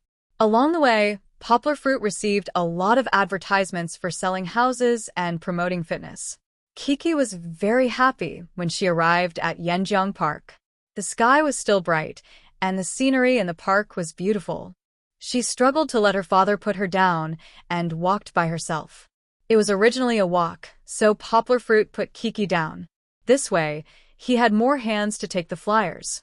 After stuffing the flyers in his hand into the trash can by the roadside, Poplar Fruit patted Kiki's little head and smiled as he motioned for her to continue walking. Because the other end of the dog leash was in Kiki's little hand, Goldie was already standing in front with its tongue sticking out and tail wagging. From time to time, it would look back to see when its little master would continue walking. These two little guys were restless. Kiki liked to walk in crowded places, while Goldie liked to jump up and down whenever it encountered a fake mountain, and whenever it encountered a ditch, it would jump up and down to show that it was strong. In this way, the two little fellows often pulled each other around.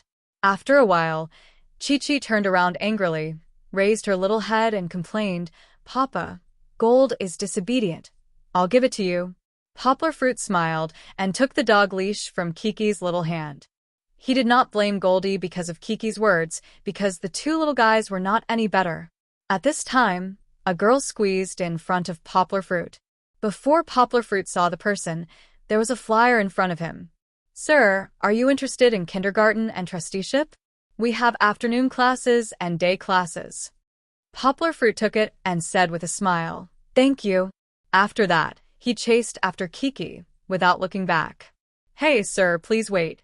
The girl hurriedly followed Poplar Fruit. It was probably because it was not easy to meet a potential target, young, rich, and with children. She did not want to just give out flyers casually. "Hello, what can I do for you?" Poplar Fruit looked strangely at the girl who followed him. The girl was not very beautiful, but with a ponytail, she gave people a feeling of youthful vitality. She held a stack of flyers and panted as she followed Poplar Fruit. When Poplar Fruit walked, she also walked. When Poplar Fruit stopped, she also stopped. "Sir, do you live in this neighborhood?" the ponytail girl asked. "Yes." Poplar Fruit smiled. He knew that his casual home dress revealed his identity. "If you can live in this neighborhood, I think you and your wife must have a high income." The ponytail girl got a chance to talk, so she quickly said with a smile. Poplar Fruit was slightly stunned, but he did not say anything about Kiki's mother. It was taboo to talk too much with a stranger. He nodded slightly and said, "It's okay." The ponytail girl panted and said, "Sir, I can see that you are a white-collar worker. But isn't there a saying? Income and effort are proportional. Although the ratio is different for everyone, the higher the income, the higher the cost of time. You work so hard. It must be hard to take care of and educate children." It was actually not bad. Poplar Fruit scratched his head. He did not think that it was hard, but what the ponytail girl said was true. In this society, there were still many people who worked from 9 to 6 and did not have the leisure time to take care of children. So Poplar Fruit walked forward with Kiki's small steps while smiling and nodding to the ponytail girl. "Sir, you can consider letting our organization take care of your children," the ponytail girl said happily, as if she had been encouraged. "Our organization is in the nearby community along the river. The environment is elegant and safe. Moreover, we are a AAA organization certified by the Ministry of Education.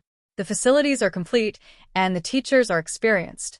Whether you want a full-day care or a full-day care, we have the corresponding full-day care classes for you to choose."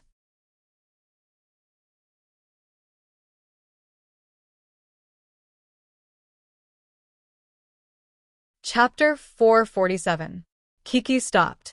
She saw a small flower growing on the grass by the roadside and squatted down to look at it.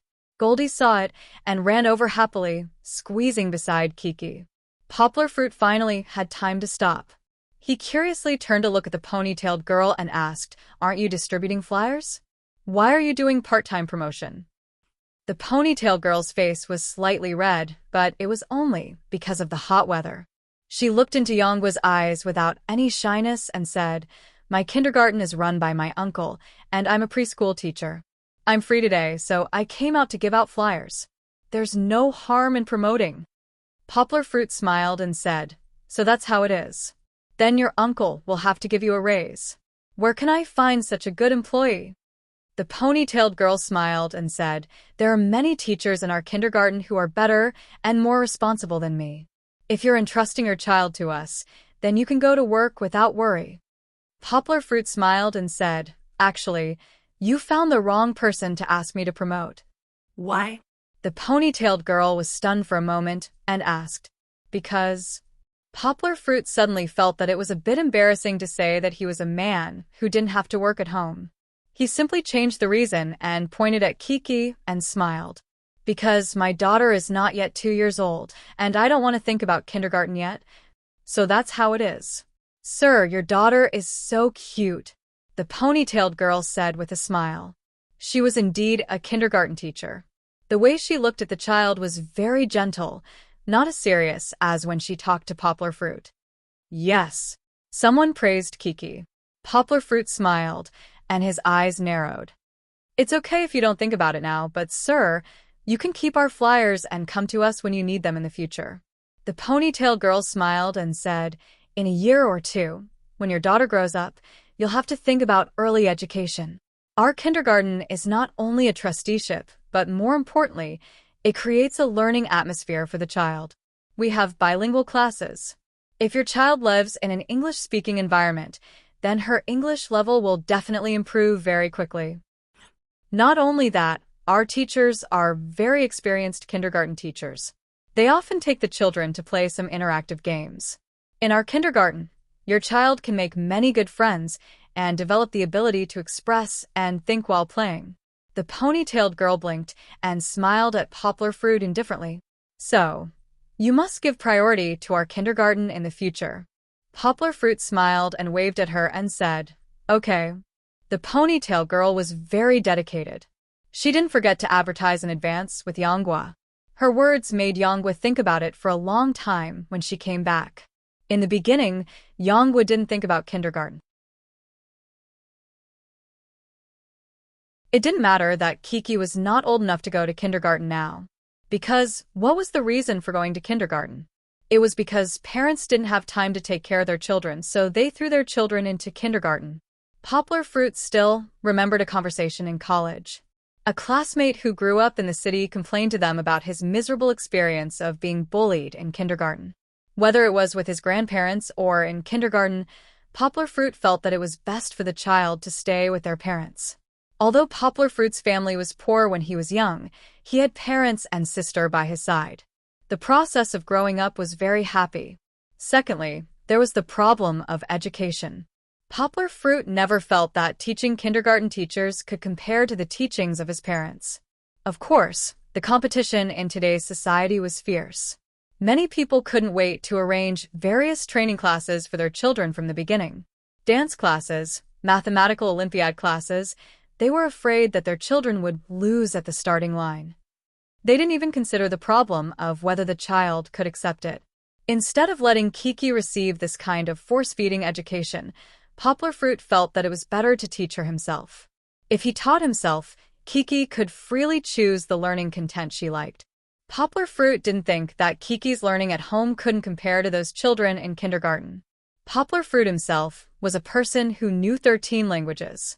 When it came to English, which kindergarten teacher could compare to Poplar Fruit? Besides, Kiki still had sister Bebe. Fong Bebe and Poplar Fruit were the same. They were both geniuses and straight-A students. The only difference was innate and acquired. If there were no accidents in the future, both of them would have a doctorate or above. In addition to mathematics, Fong Bebe was also proficient in music theory and musical instruments. She was also good at playing the guitar. If the two of them worked together, they would definitely be able to sweep the kindergarten and private education in the country. The only thing that made Poplar Fruit hesitate was Kiki's social problems. Learning at home was as comfortable as it could be, but there weren't many children that she could see. Poplar Fruit had encountered this problem before. At that time in school, when Kiki met Sister Cece, she didn't know how to talk to strangers. However, because he was going to confess to Fong Beibei that day, this problem was temporarily put on hold. Mosquito, what do you think if I send Kiki to kindergarten? Poplar Fruit saw Song Jiwen walk in and asked, "Are you sick?" Song Jiwen asked in surprise, "Why would you send Kiki to kindergarten? Just because it's inconvenient for us to travel?" No. Poplar Fruit rolled his eyes and said angrily, "That's just an idea. How can I send Kiki there now?" How old is she? Then I have to ask you. Song Jiwen looked through Poplar Fruit's refrigerator and asked, "You said that you stay at home all day and don't have to go to work. You have nothing to do but send Kiki to kindergarten. Aren't you looking for trouble?" "Here's what I think." Poplar Fruit told him about his worries about Kiki staying at home and not having any children to play with. "It's still early, still early." Song Jiwen waved his hand and sucked on his yogurt, then said, "We'll think about it later." "You're not a father, yet you're making sarcastic remarks." Poplar Fruit rolled his eyes and said, "Such an important thing, of course. We have to think about it early." Song Jiwen rolled his eyes and had an idea. He suggested, "Aren't you going to stay at school often in the future? How about this? You can unite with the young teachers who just have children and organize a parent-child association or something. You can arrange a time for everyone to get together every week and let the children play together. Wouldn't that solve the problem?" "Good idea." Poplar Fruit's eyes lit up, and he happily said, "The idea is actually very ordinary because there are many such associations abroad, and it may not work in China." However, Song Jiwen gave Poplar Fruit an idea. He can find a playmate for Kiki through the teachers in the school. The children of the teachers must be more educated and reasonable. Compared to those who he doesn't know, Poplar Fruit is much more assured. You're tuning in to the Dreamy Chapters YouTube channel. We're so grateful for your support, and don't forget to subscribe to join us on this incredible journey through captivating stories. Your generosity through donations truly makes a world of difference, as it's the primary source of revenue that allows me to expand and enhance this channel for you. Thank you from the bottom of my heart for being a part of this adventure.